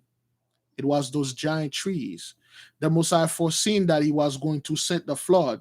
If he did left all those giant trees, the giants would have climbed onto them and they all of them would have survived because those giant trees are everywhere. So when the Messiah created the trees, everything could talk. The trees could talk, the earth could talk, the water could talk, the animals could talk, everything that is alive could talk.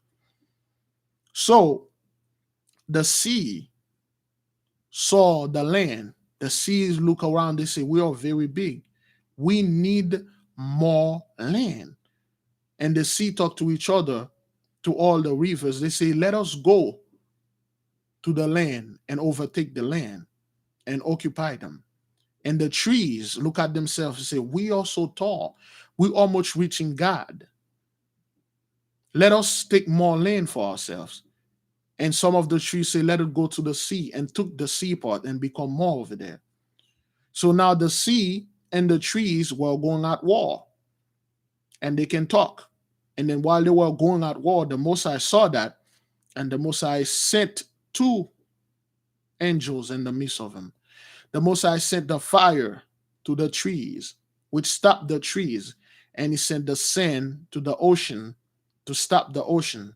That is why, brothers and sisters, no matter how bad the weather get in the sea cannot cross the sand. Anytime you see a wave coming, and then the moment it touched the sand on the tip of the earth, and then it die, and then come back again, and then go back, try to overcome, and the sand coming down. That is why if you take tree, you put it in fire, fire will burn the wood. That's a command the Mosai bind. Fire can burn wood, sand can stop wave, unless it's an earthquake that propel the sand, propel the sea. The beloved brother Sabal, little son Sabal Nabaya, which sent me a beautiful book. It's in the office. I gotta go get it. Okay, yeah, it's a stories, brothers. Now, once you start seeing those stories, and then you like, I don't understand the Messiah at all. I don't understand the Messiah at all. And you start seeing the grandeur, the grandmaster chess player, moving chests, moving pieces, moving pawns and stuff, kings and queens, and moving them and checkmate people. In the movie Lord of the Rings, see all those trees were walking and talking. That's because they took those things out of our books. And then now you start understanding better how those people like to swagger jacking stuff. Yeah. Yeah, the sand is the boundaries of the sea. The sand stopped the ocean, Sahara, I believe, and things like that. There's a lot of stories, brothers. We don't know. Beautiful stories, man. Beautiful stories. Now we learn the religion of Egypt was all based just like the Mosai wanted to be, but those people could not, brothers. The people could not understand the mind of the Mosai. Just as today, a lot of things that the Mosai intend us for us to read, to connect with them, and we start worshiping them. We make those things the gods, like the Bible. If the Bible doesn't say anything, if there is not a back up everything that you're saying, Negro, with the scripture. If you cannot back it up with the scripture, he doesn't exist. It's not from the Mosai. The Mosai is only bind to one book. The book was meant for you as a compass. You're supposed to use the Bible and other books as some type of pointer or compass to get you to the direction. Now you take this compass home, you put it there, and then you're waiting on this compass to tell you how to cook, I have to take a shower. I have to get a job. You make this compass your God. Instead of just walking around, follow the compass. You will be in a position the compass will turn around. It cannot bring you anywhere. You cannot use it. You're gonna rely on your own wit. You're gonna rely on the Holy Spirit. But our people don't do this. Everything is books, books, books, books. They never stop and listen and let's tell the Father, Father, thank you. I thank the Father every single day for not taking the Holy Spirit upon me, man. Brothers, which one of you knows what happened when the Messiah took the Holy Spirit from Saul and put it on David? What happened to Saul? I don't want that to happen to me, man. I can guarantee you, brothers, all the brethren, all the sistren that are here, or the one that are here, the Holy Spirit dwell with all of you. Don't let the Messiah take it away from you. Yeah, Saul turned into a zombie, a walking dead zombie. He turned into a zombie, and we have a lot of zombies walking around because they're too proud. They don't want to follow the Messiah. Saul swagger jack Samuel. Samuel was supposed to come and perform the holy sacrifices. Saul came out of nowhere. He could not wait. He was so arrogant. He performed Samuel duty, which is a duty that is reserved for a sacred priesthood. You are a king. You're supposed to wait on the priest to come, and then he did everything. Yeah, Saul was trapped between life and death. Let me see, brothers. The phone line is open if anybody wants to call and talk about anything because we are going to clarify those things. Well, sister, what do you think we will see next? All we see next, brothers, the glory of the Most High. We'll see a hell of a lot more stuff. What I'm expecting to see, sister, we are going to entering the hurricane season in June 1st, and also California fire season is starting. It's starting earlier. They say in May, like a month from now. It might be starting now or in May because they say it's gonna start 2 months or a month earlier. So I'm expecting to see a lot of hurricane for like, but brothers, last year they had so many hurricanes. They passed the alphabet, the regular alphabet. Somebody's calling. Let's hear what this person has to say. I believe it's from Ontario.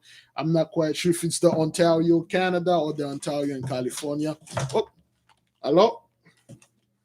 Shalom, Brother Levi. Shalom, sister. What you got for the nation? This is Dumpling, your sister from Canada. I was calling because two things. Every Thursday, these 3 weeks, every time I've been fasting, there are always a problem in my home. I don't understand why. My husband and I have gotten in a lot of arguments where we've led to separation right now. Secondly, I can't even remember. Secondly, I haven't had a dream in a very long time now. And I'm wondering, I've been praying, I've been fasting, I've been confessing all my sins, as you have mentioned. But yet all of these things are happening to me. I don't understand. Okay, all right. Well, let me go ahead and see if I can help you and clarify first.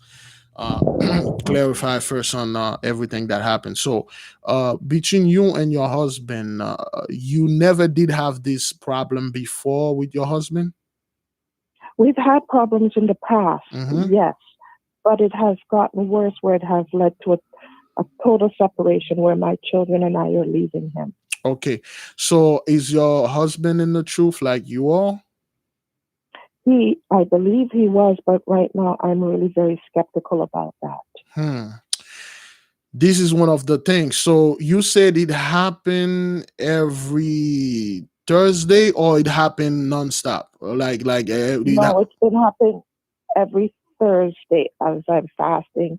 We've been having arguments, but now it's been a continuous argument between us. Okay.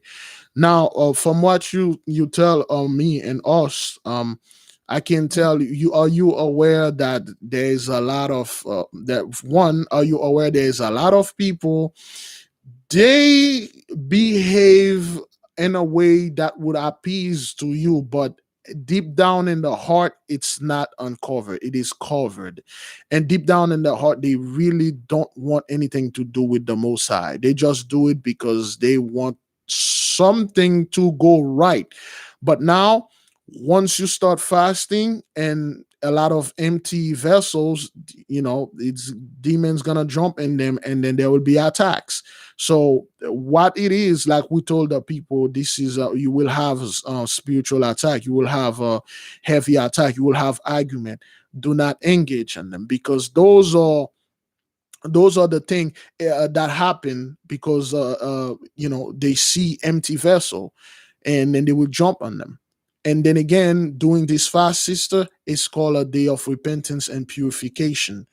And what you're seeing here that's happening between you and your husband, it's some form of purification. And I don't know your husband that much, and I'm not assuming anything about him, and I'm not taking any side. But if you see every Thursday, when your prayer is at its strongest peak, when you're fasting for repentance, and then somebody do not like this, or somebody always trying to get into argument with your sister, it is all of this. It is of the Most High. So, what is that dreams that you've been having? Well, that's the problem. I haven't had any dream, Brother Levi. And I'm concerned because I used to have dreams, but I haven't had any dream in weeks. In a week's, or no, maybe a couple months. Okay. Yeah, maybe a couple months now, Okay. to be honest. Okay, so what type of dreams you used to have? The last dream that I remember mentioning to you is when I sent you in an email saying, and it would say like one will be grinding at the mill, I think it was.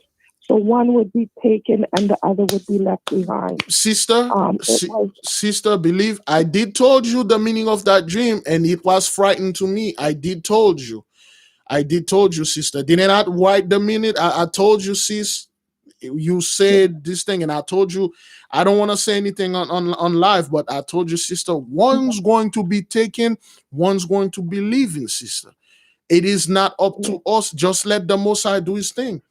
Because he sent you the dream. He said, hey, one of you will be, brothers, the ark door is open. The Most High takes some of us in this ark.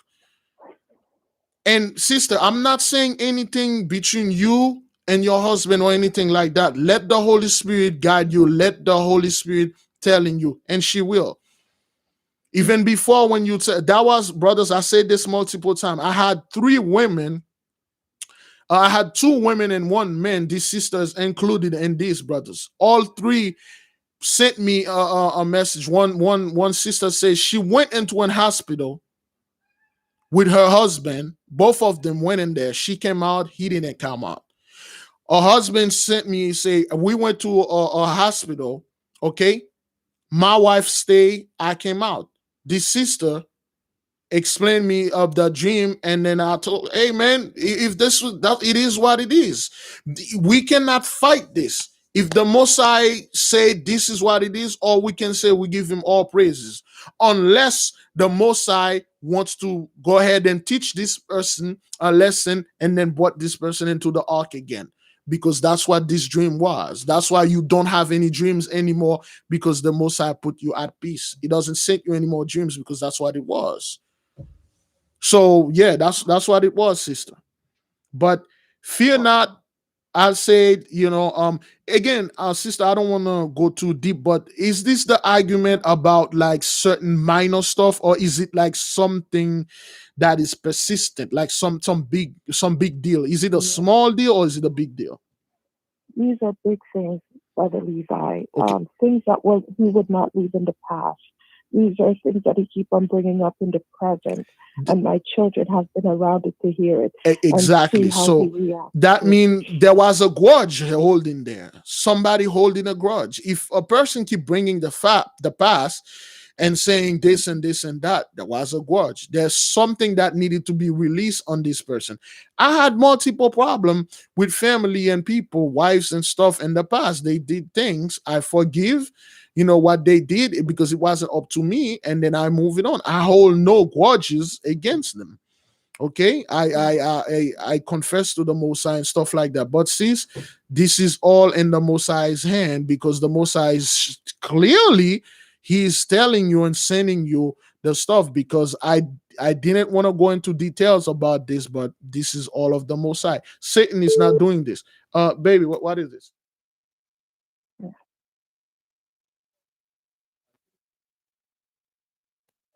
All right. Oh, I think we have another caller. So, sister, I would say, the Most High clearly tell you the answer of this, but again, just keep on praying, because I don't know the hand result of this, but this is Yes, all of them. brother, but Yeah. I've been confessing everything you have said, brother. I've been confessing. You said even from when you were born a little baby to confess everything to the Most High. Yep. Think about it and relate to the Most High and let him know how the things you've done, even down to the littlest things you think you might not have done, I've been doing. Yeah. Well, you've been doing it, but the other party may not. The other party may not. So it's most likely the Most High is making us a final separation, and then took everybody that he needs to be taken. I don't know. All we can do, sister, we can pray for you, so the Most High will give you the ultimate answer. It's not, in my opinion, sister, it's not gonna be pretty, but this is of the Most High. We must submit to His will, whether we like it or not. Certain things that the Most High show me, I'm like, Most High, Father, I don't like this. I don't want this. But He told me, I am the Most High. God damn it, don't question me. And I bow down. I'm like, Father, go ahead doing it. And I understand why he does those things. And I understand. And then I give him all glory and all praises. Do not hold any grudge upon the Most High. Do not say, Most High, Father, I did everything you asked me to do. Why is those things is happening? He has a very specific reason for those things is happening. And the end, sister, he will give you the answer, and you will be glad those things happen, because not everybody that look like us and act like they're in this truth and stuff are truly in it. They're only here because they were scared when everything was going haywire. Some fat guy online making them laugh and stuff, they got here with the people and stuff. But once they see things are starting to get back to normal, they're gonna revert it back to their whole life. So, sister, this is all of the Most High. All I can tell, say, give the Most High all praises and all credits. Tell him do as he wish, because he's the one doing this. That's all I can tell you. Yes. Okay, thank you, brother. Sister, May the Most High keep you and bless you and your family thank and you. our nation. Please, sister, always call us and let us know what happened, so if we need to help, so the nation can help. All right. Yes, thank you, brother. All right. Shalom. Shalom. May the King reign forever. Brethren, this is the thing that I was talking about, brothers. This is the type of thing. Oh, it's already 10 o'clock. This is the type of things that I am telling people, because once the Most High, brothers, step into your life, He tell you, I choose you. You mine. There's nothing you can do. But Most High, what about my husband? What about my wife? What about I choose you? Brothers, certain of the dreams the people email me, I'm terrified. I'm terrified. I just leave them alone. I'm like, Holy Spirit, take it from here. This is heavy.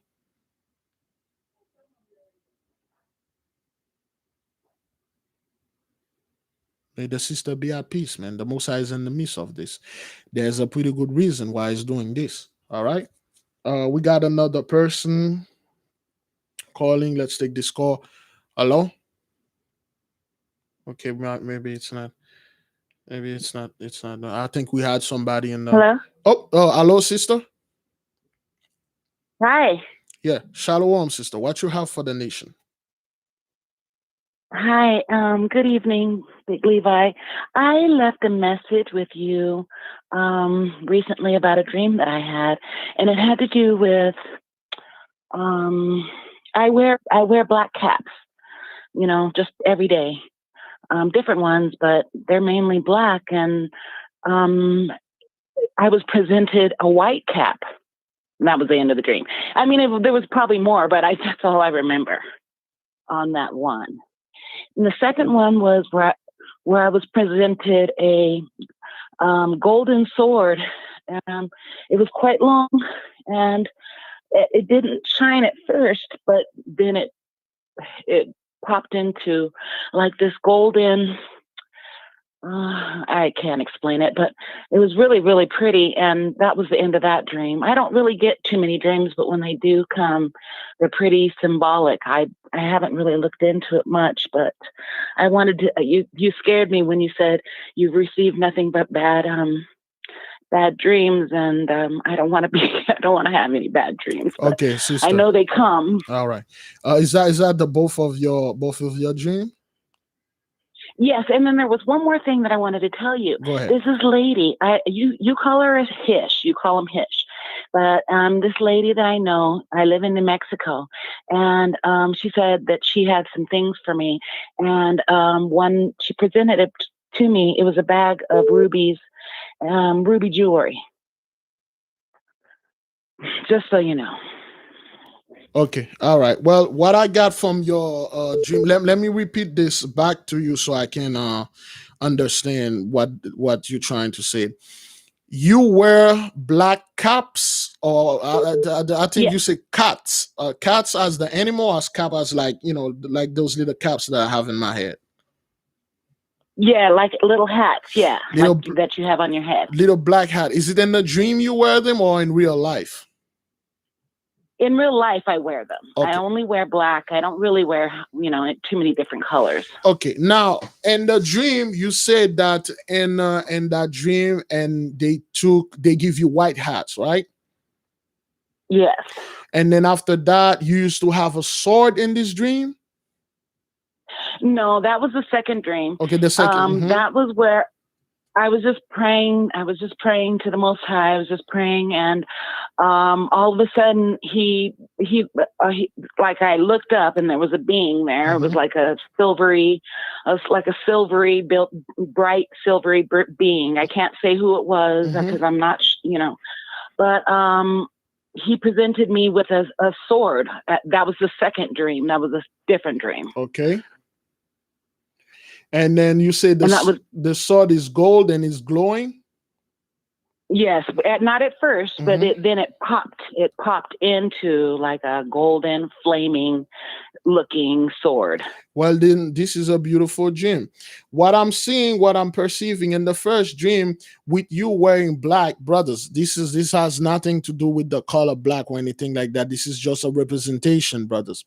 When people are mourning, okay, you wear black, you wear that color black, okay. Now, from you transitioning from the wearing that black cap to the white cap, which means clean as ice up, you being purged, then the Most High give you a golden sword, because now you transition from whatever former life that you have into the truth. The Most High somewhat accepted you, and then He sent a beam of light, give you a golden sword. Now, this golden sword could be anything, sister. One, it could be the ability to pray a fervent prayer, okay, as the archangel Michael. And the sword is the word, as the sword is the life of the Most High. Because now, since you transition from black hat to white hat, okay, and then that is the Most High see the pureness of your heart, because usually when they say make me white as snow, that's a form of purification. So now you purified, now you got a sword in your hand. The sword, you can kill with it, you can heal with it, you can bring destruction with this sword, and you can bring peace. And what I'm seeing, when the sword grow golden, that means in certain way, in certain level, you reach an apex, which means a limit of happiness. And this what this sword is giving to you. Sometimes it's this dream has to do with cleansing, spiritual cleansing. Now, sister, I'm not saying okay, stop wearing black colors, don't wear that anymore. That has nothing to do with the color. That has to do, they are parables. The same thing that we were talking I hear. about. Yeah, this is purity and purification. Keep doing what you're doing, keep praying and repenting and confessing your sin. Because what's happening, just like the other sister, the Mosiah is purging her. The Mosiah is purging her life. It's hard to say, brothers. It's hard to say things like that, but the Mosiah is purging you. Like I said, before I go to the Mosiah, brothers, I purge myself. I cut off every single friend that I know that horrible and then like that messed up lifestyle. I've cut off every person, every family member. I cleanse myself, everything. If you get in this truth, sister, you just jump in this truth without cutting off people, and then the Most High gonna remove them. It's gonna make you sad. You're gonna say, "Wow, he was my friend. I've She already, was." Go ahead, sister. I cut off everybody. I cut off everybody almost 20 years ago. Exactly. Big Levi, honestly, Yeah. I've been alone.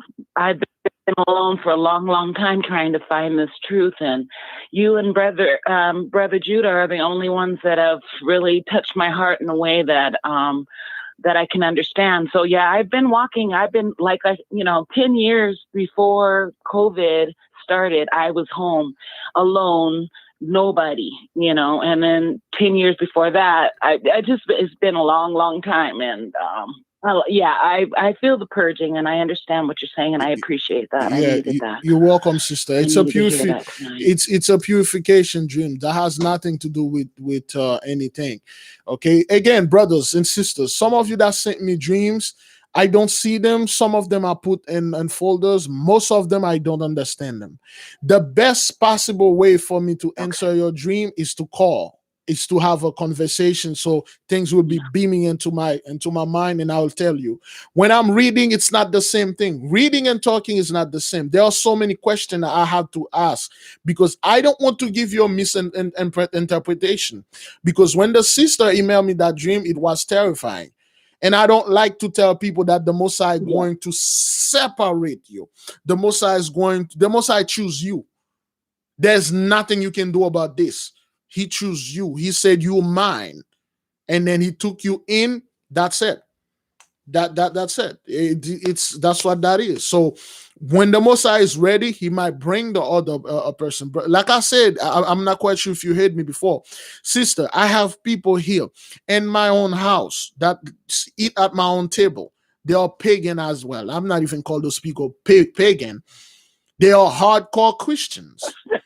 They still celebrating Christmas. They still celebrating Easter. If they put a Christmas tree this year, they didn't put. But if they do put a Christmas tree, I'll put a video. I'll say this is in my house. This is what's going on. So when I announce to the people, I say this person that was doing this, the most I took that person. So people would say, "Oh man, I'm shocked. I'm this. I'm that." So people will understand. Even me, sister, I have people in my home. They still hang on to those traditions. I told them, some of them I don't even tell them anything. But one of them, I told them, and then the most I move upon this person, that person stop. That person doesn't do that. But time on time, you can see that person is excited about some holiday, but when the day get there, that person calm down. So it's a dream of purity, sister, okay? Thank you. Can you just, what do you think about the jewelry? Receiving the jewelry? Should I have taken that? I should pray on that. Okay. I didn't think about that until right now. Somebody, is it in the dream or in real life?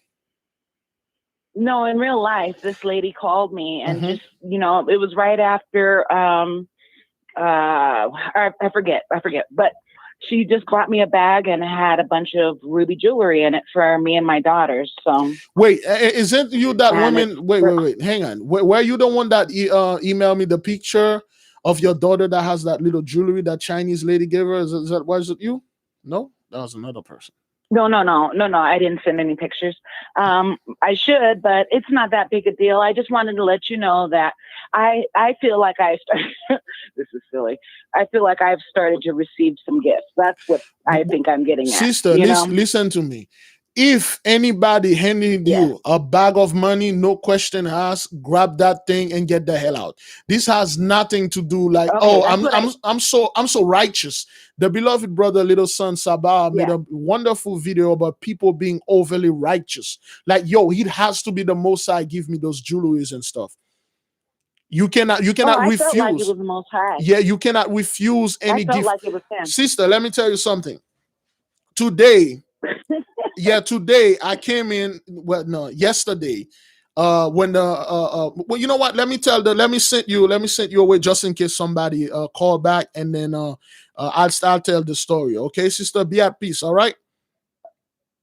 Thank you very much for your time, sir. I Shalom. appreciate you. You You have a welcome. great evening, and God bless. All right. Shalom. May the King reign forever. Brothers, listen. I keep telling the people, the Messiah is going to open the windows of heaven and cause men to give unto you, and women too. Listen, brothers. I got a sister in there. Let sister call us back, because let me expand on that. Let me take the sister. Hello, sister. Hello. Hi, shalom, brother Levi. Yes, sister. Give us a moment, and then stay on the line. Okay. Okay. All right. Now, brothers, I keep telling the people, don't refuse the Messiah gift. Brothers, you walking around, you stumble upon $20, a dollar, pick it up. Don't be that super good Christian. Oh, I'll find $20. I'm gonna write a note and put it there. And everybody that if I don't find it in 30 days and 2 weeks, oh hell no. $20. Oh, all praises to the Most High. I didn't have that $20. Find a bag you stumbled upon it, open it, cash, make a U-turn, go home. Whatever you had to go taking care, I'll take care of that tomorrow. Thank you very much. You drop on your knee, you raise your hand, you give the Most High all praises. He take care of you. Now, the reason why I'm saying this, brothers, yesterday I came in and I saw a bunch of food in the house. And I told my beloved mother, I'm saying, Mom, what happened here? She said, the nice church lady that stay downstairs, give me those food. And brother, they were premium food, premium ribs, premium steak, not expired food, premium food, and like world food expensive hish that come from the white people side. A bunch of food. And she said she just gave them to me. She said, like, here we go. And she said, you live up there, and then she gave me those food. And I'm like, hey, all praises to the Most High. Brethren, you don't have food in your house. A church nearby is giving food. This is of the Most High. They're giving free food anywhere, brothers, anywhere. They're giving out at the gas station or stadium. You can get free food. This is the Most High giving food. You take food. Men are not feeding you. They're giving a stimulus check. I see people in a comment on one of the videos, oh, they're not gonna take the stimulus check because it's from the devil. I typed to them, here's my address, please. When you receive your devilish demon check, cash it, mail it to me. Brothers, we cannot be so right. Yeah, you have people like that, like, oh, I don't need for the Most High gonna feed me, the Most High gonna, he's giving. Brothers, do you know in the stimulus check right now, brothers, they have $3,600 for children that are less than 6 years old. They're gonna give you $3,600. If your children is 6 years old to 17, they're gonna give you $3,000. Starting on Thursday, starting on July. This is all the Most High is doing. Brothers, sisters, if you have children like at home, you don't need this money, please mail it to Big Levi. I'll be glad to take this from you. We have many sisters that get stranded in the street, like that sister that called. She got stranded. She was waiting for an Uber or Lyft. An Arab fellow came in. The Arab fellow said, you are the child of the Most High. I have to give you a lift home. That sister could have been so righteous. Oh, do you know who I am? I am the Most High only daughter, and I'm not gonna get in your car. I'm waiting for a chariot to come out of the sky and beam me up and put me to the house. Don't be overly righteous, brothers. If the Most High is giving you money, somebody give you like a bag of money, brothers, you take it. All right, let's take these sisters, okay? Hello? Shalom, family. Go ahead, sister. Yeah, so I had a dream on yesterday, and the dream was really deep. It was me and the Most High. We were talking. I could not see his face, and the whole time we were talking, he was just telling me how he had feelings, how he hurts too, and he wanted me to tell everybody that he has the same emotions that we have. He hurts like a father. He cries.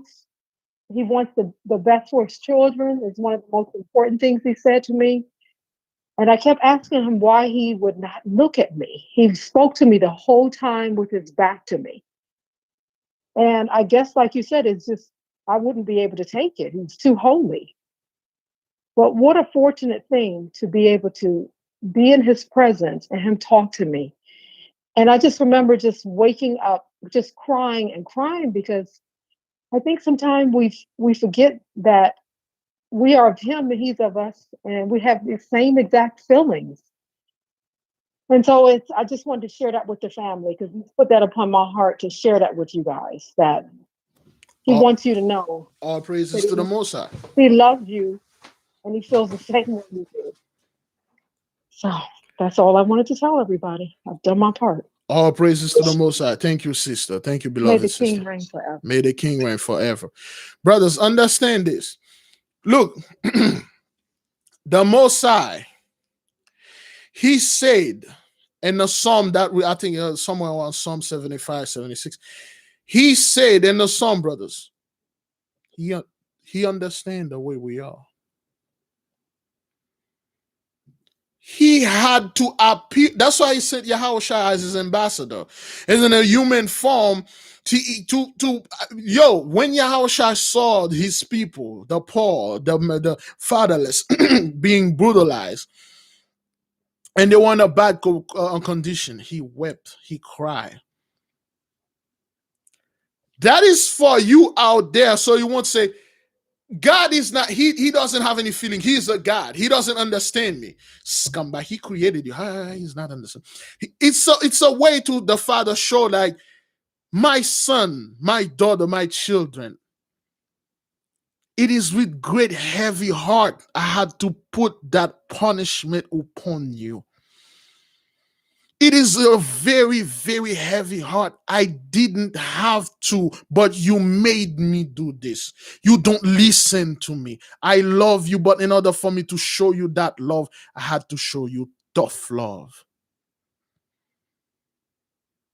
This is a way, brothers, for the Most High to show you he has, quote unquote, of emotional human side of him. He created everything. The Most High have everything in him.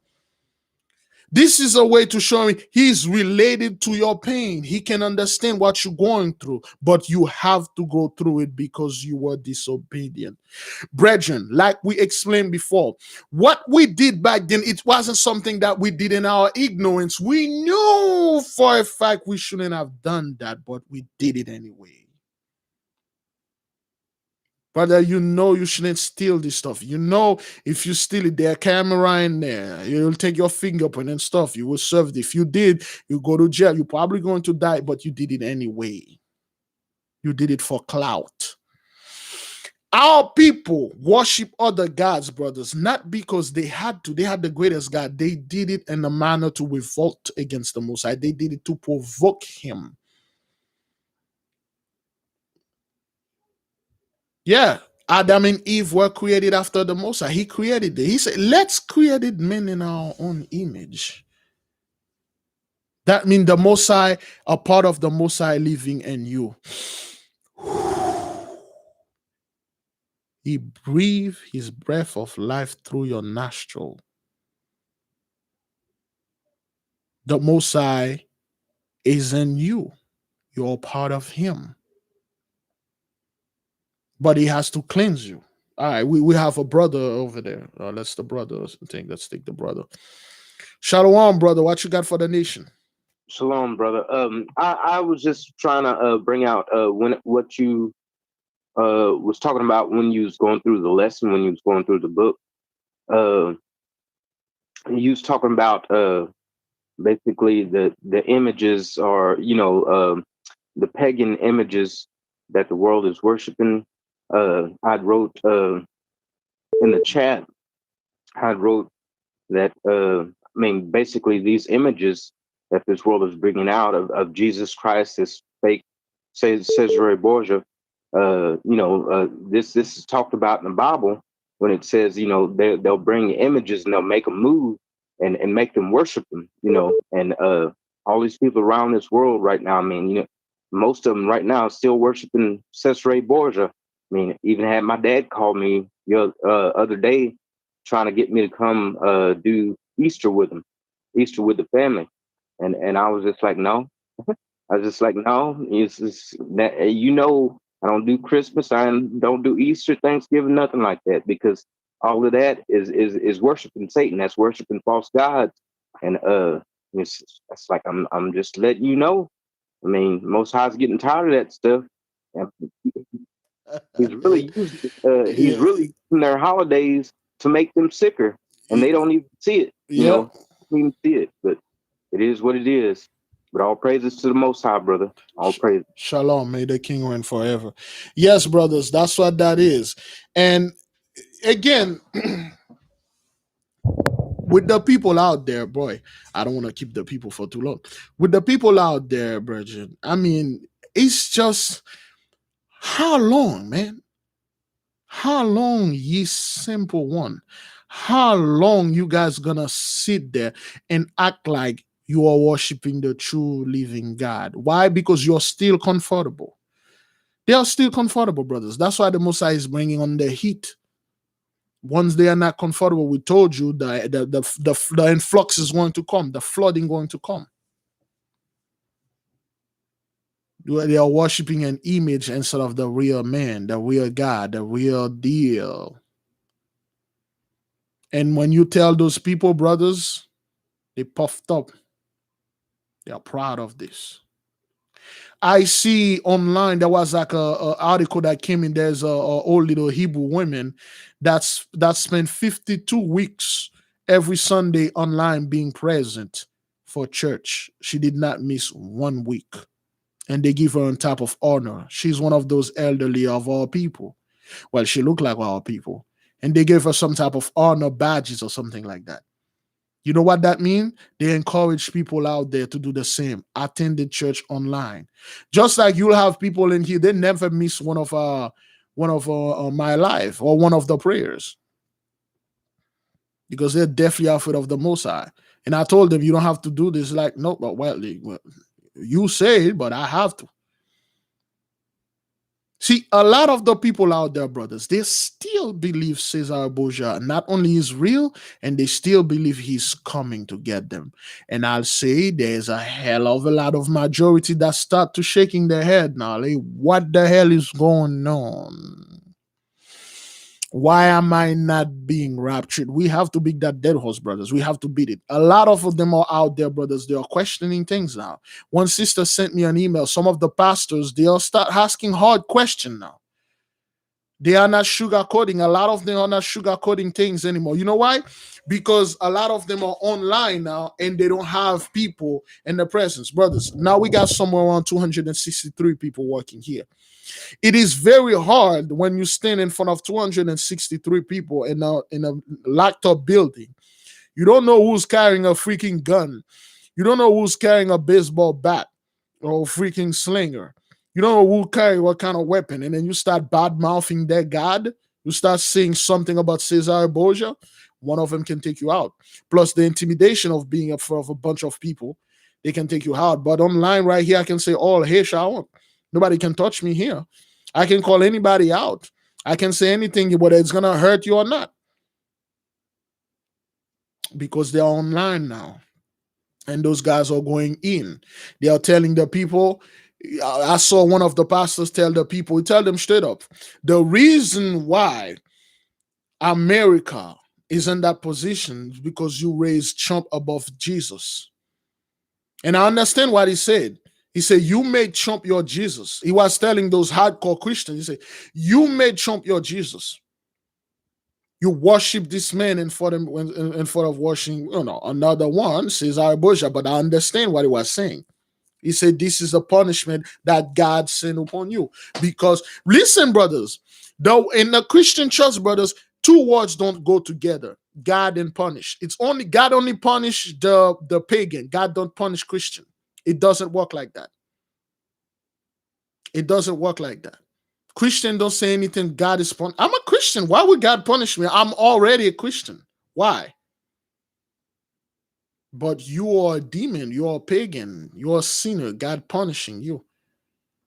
God can't do anything to Christian. That's why they told Christian God did not create it evil.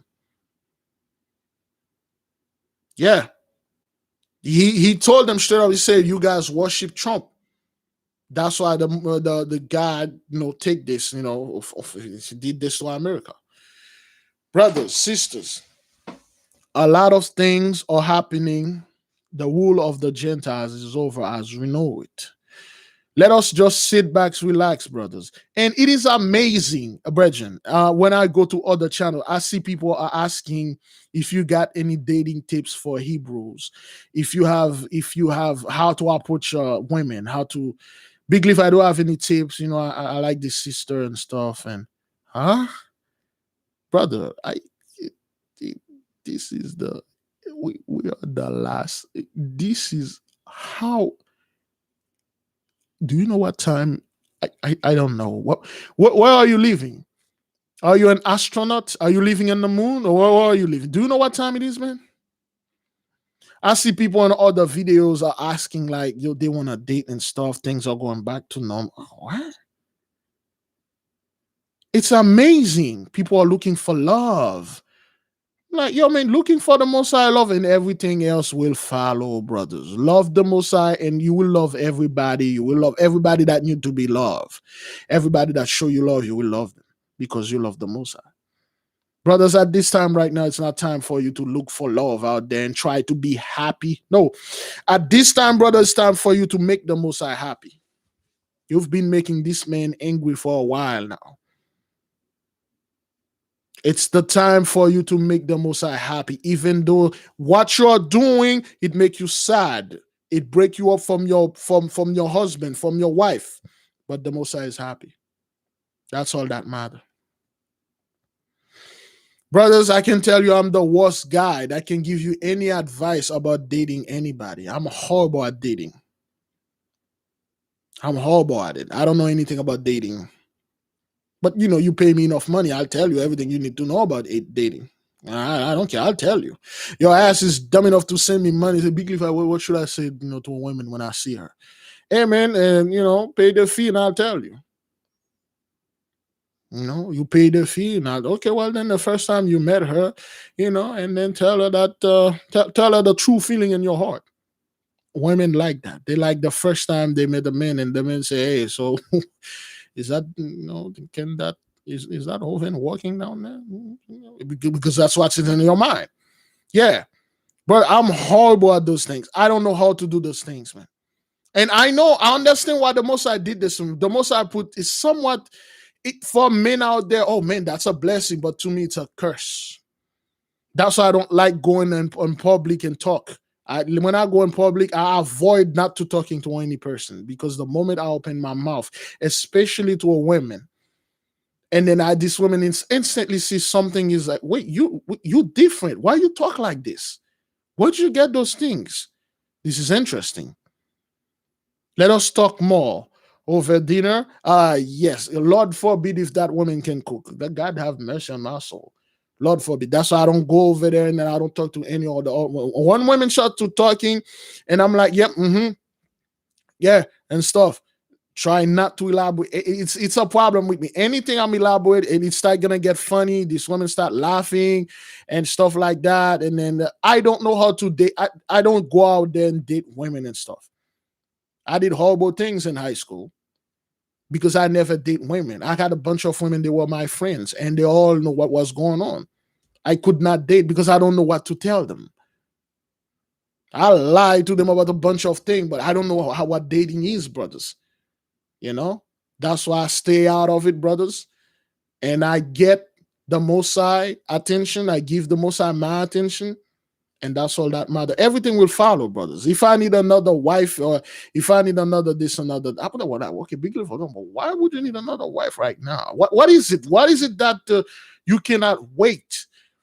I see you people, brothers. The brethren out there they are acting as if they got another 400 years to go. They're acting like, brother Levi, I believe we have another 400 or 30 years to go. We gotta live life. YOLO, YOLO, you only live once. I keep telling those scumbags, oh hell no, man. You live every single day, you only die once. The moment you die, that's set for you. You live every single day, you die once. Focus on the Most High. Brothers, I'm not telling people not to enjoy themselves out there and stuff like that. I will not. I will not go on a date right now for, well, this again.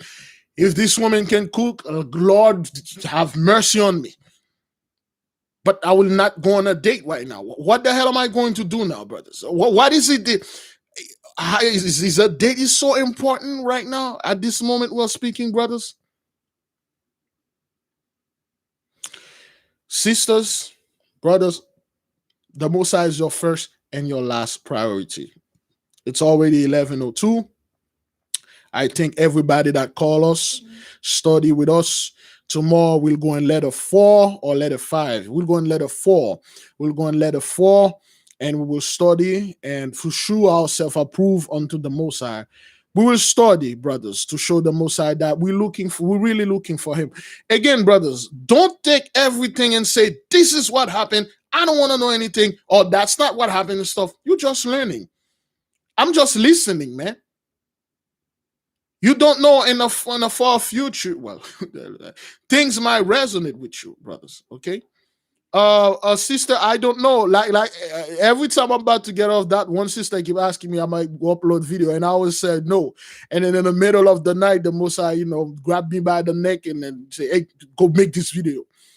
I don't know. It's nobody clearing anything. Big Judah haven't uploaded anything. Let me see the other brothers just chill. Again, brothers, this time it's just you to just chill. If you can watch a movie like the Big Lebowski movie, like I just mentioned it right now, just watch it. Let me see. There we go. That's good. Yeah, you just go ahead and then just relax and just chill, man. Study, take a break, brothers. Like I said, take a break from the news, watch a little movie, enjoy the time with the family and stuff. You don't have to be here every single day, brothers. Okay, you don't have this. Okay, please, by the power of the Most High vested in me, and He can take it anytime He feel like. I'm leaving all of you in peace. Be at peace, brothers and sisters. There'll be no Jacob's trouble. Father said, rejoice, repose, rest. Noah is here. Sabbathtiel is in the midst of us. Fear not, be not be moved, be not be dismayed. Okay? The reason why I'm leaving early is because like those kids, it's 11 o'clock, they're hungry. So yeah, I'll go ahead and then drive and then buy them a bunch of burgers. So yeah. Yeah, man, it's just you would have thought like the food that your mom just cooked, and then things happen. But anyway, just leaving you guys, you know. So yeah, shalom, brothers and sisters. I'll see you, some of you, tomorrow for the prayer. All right.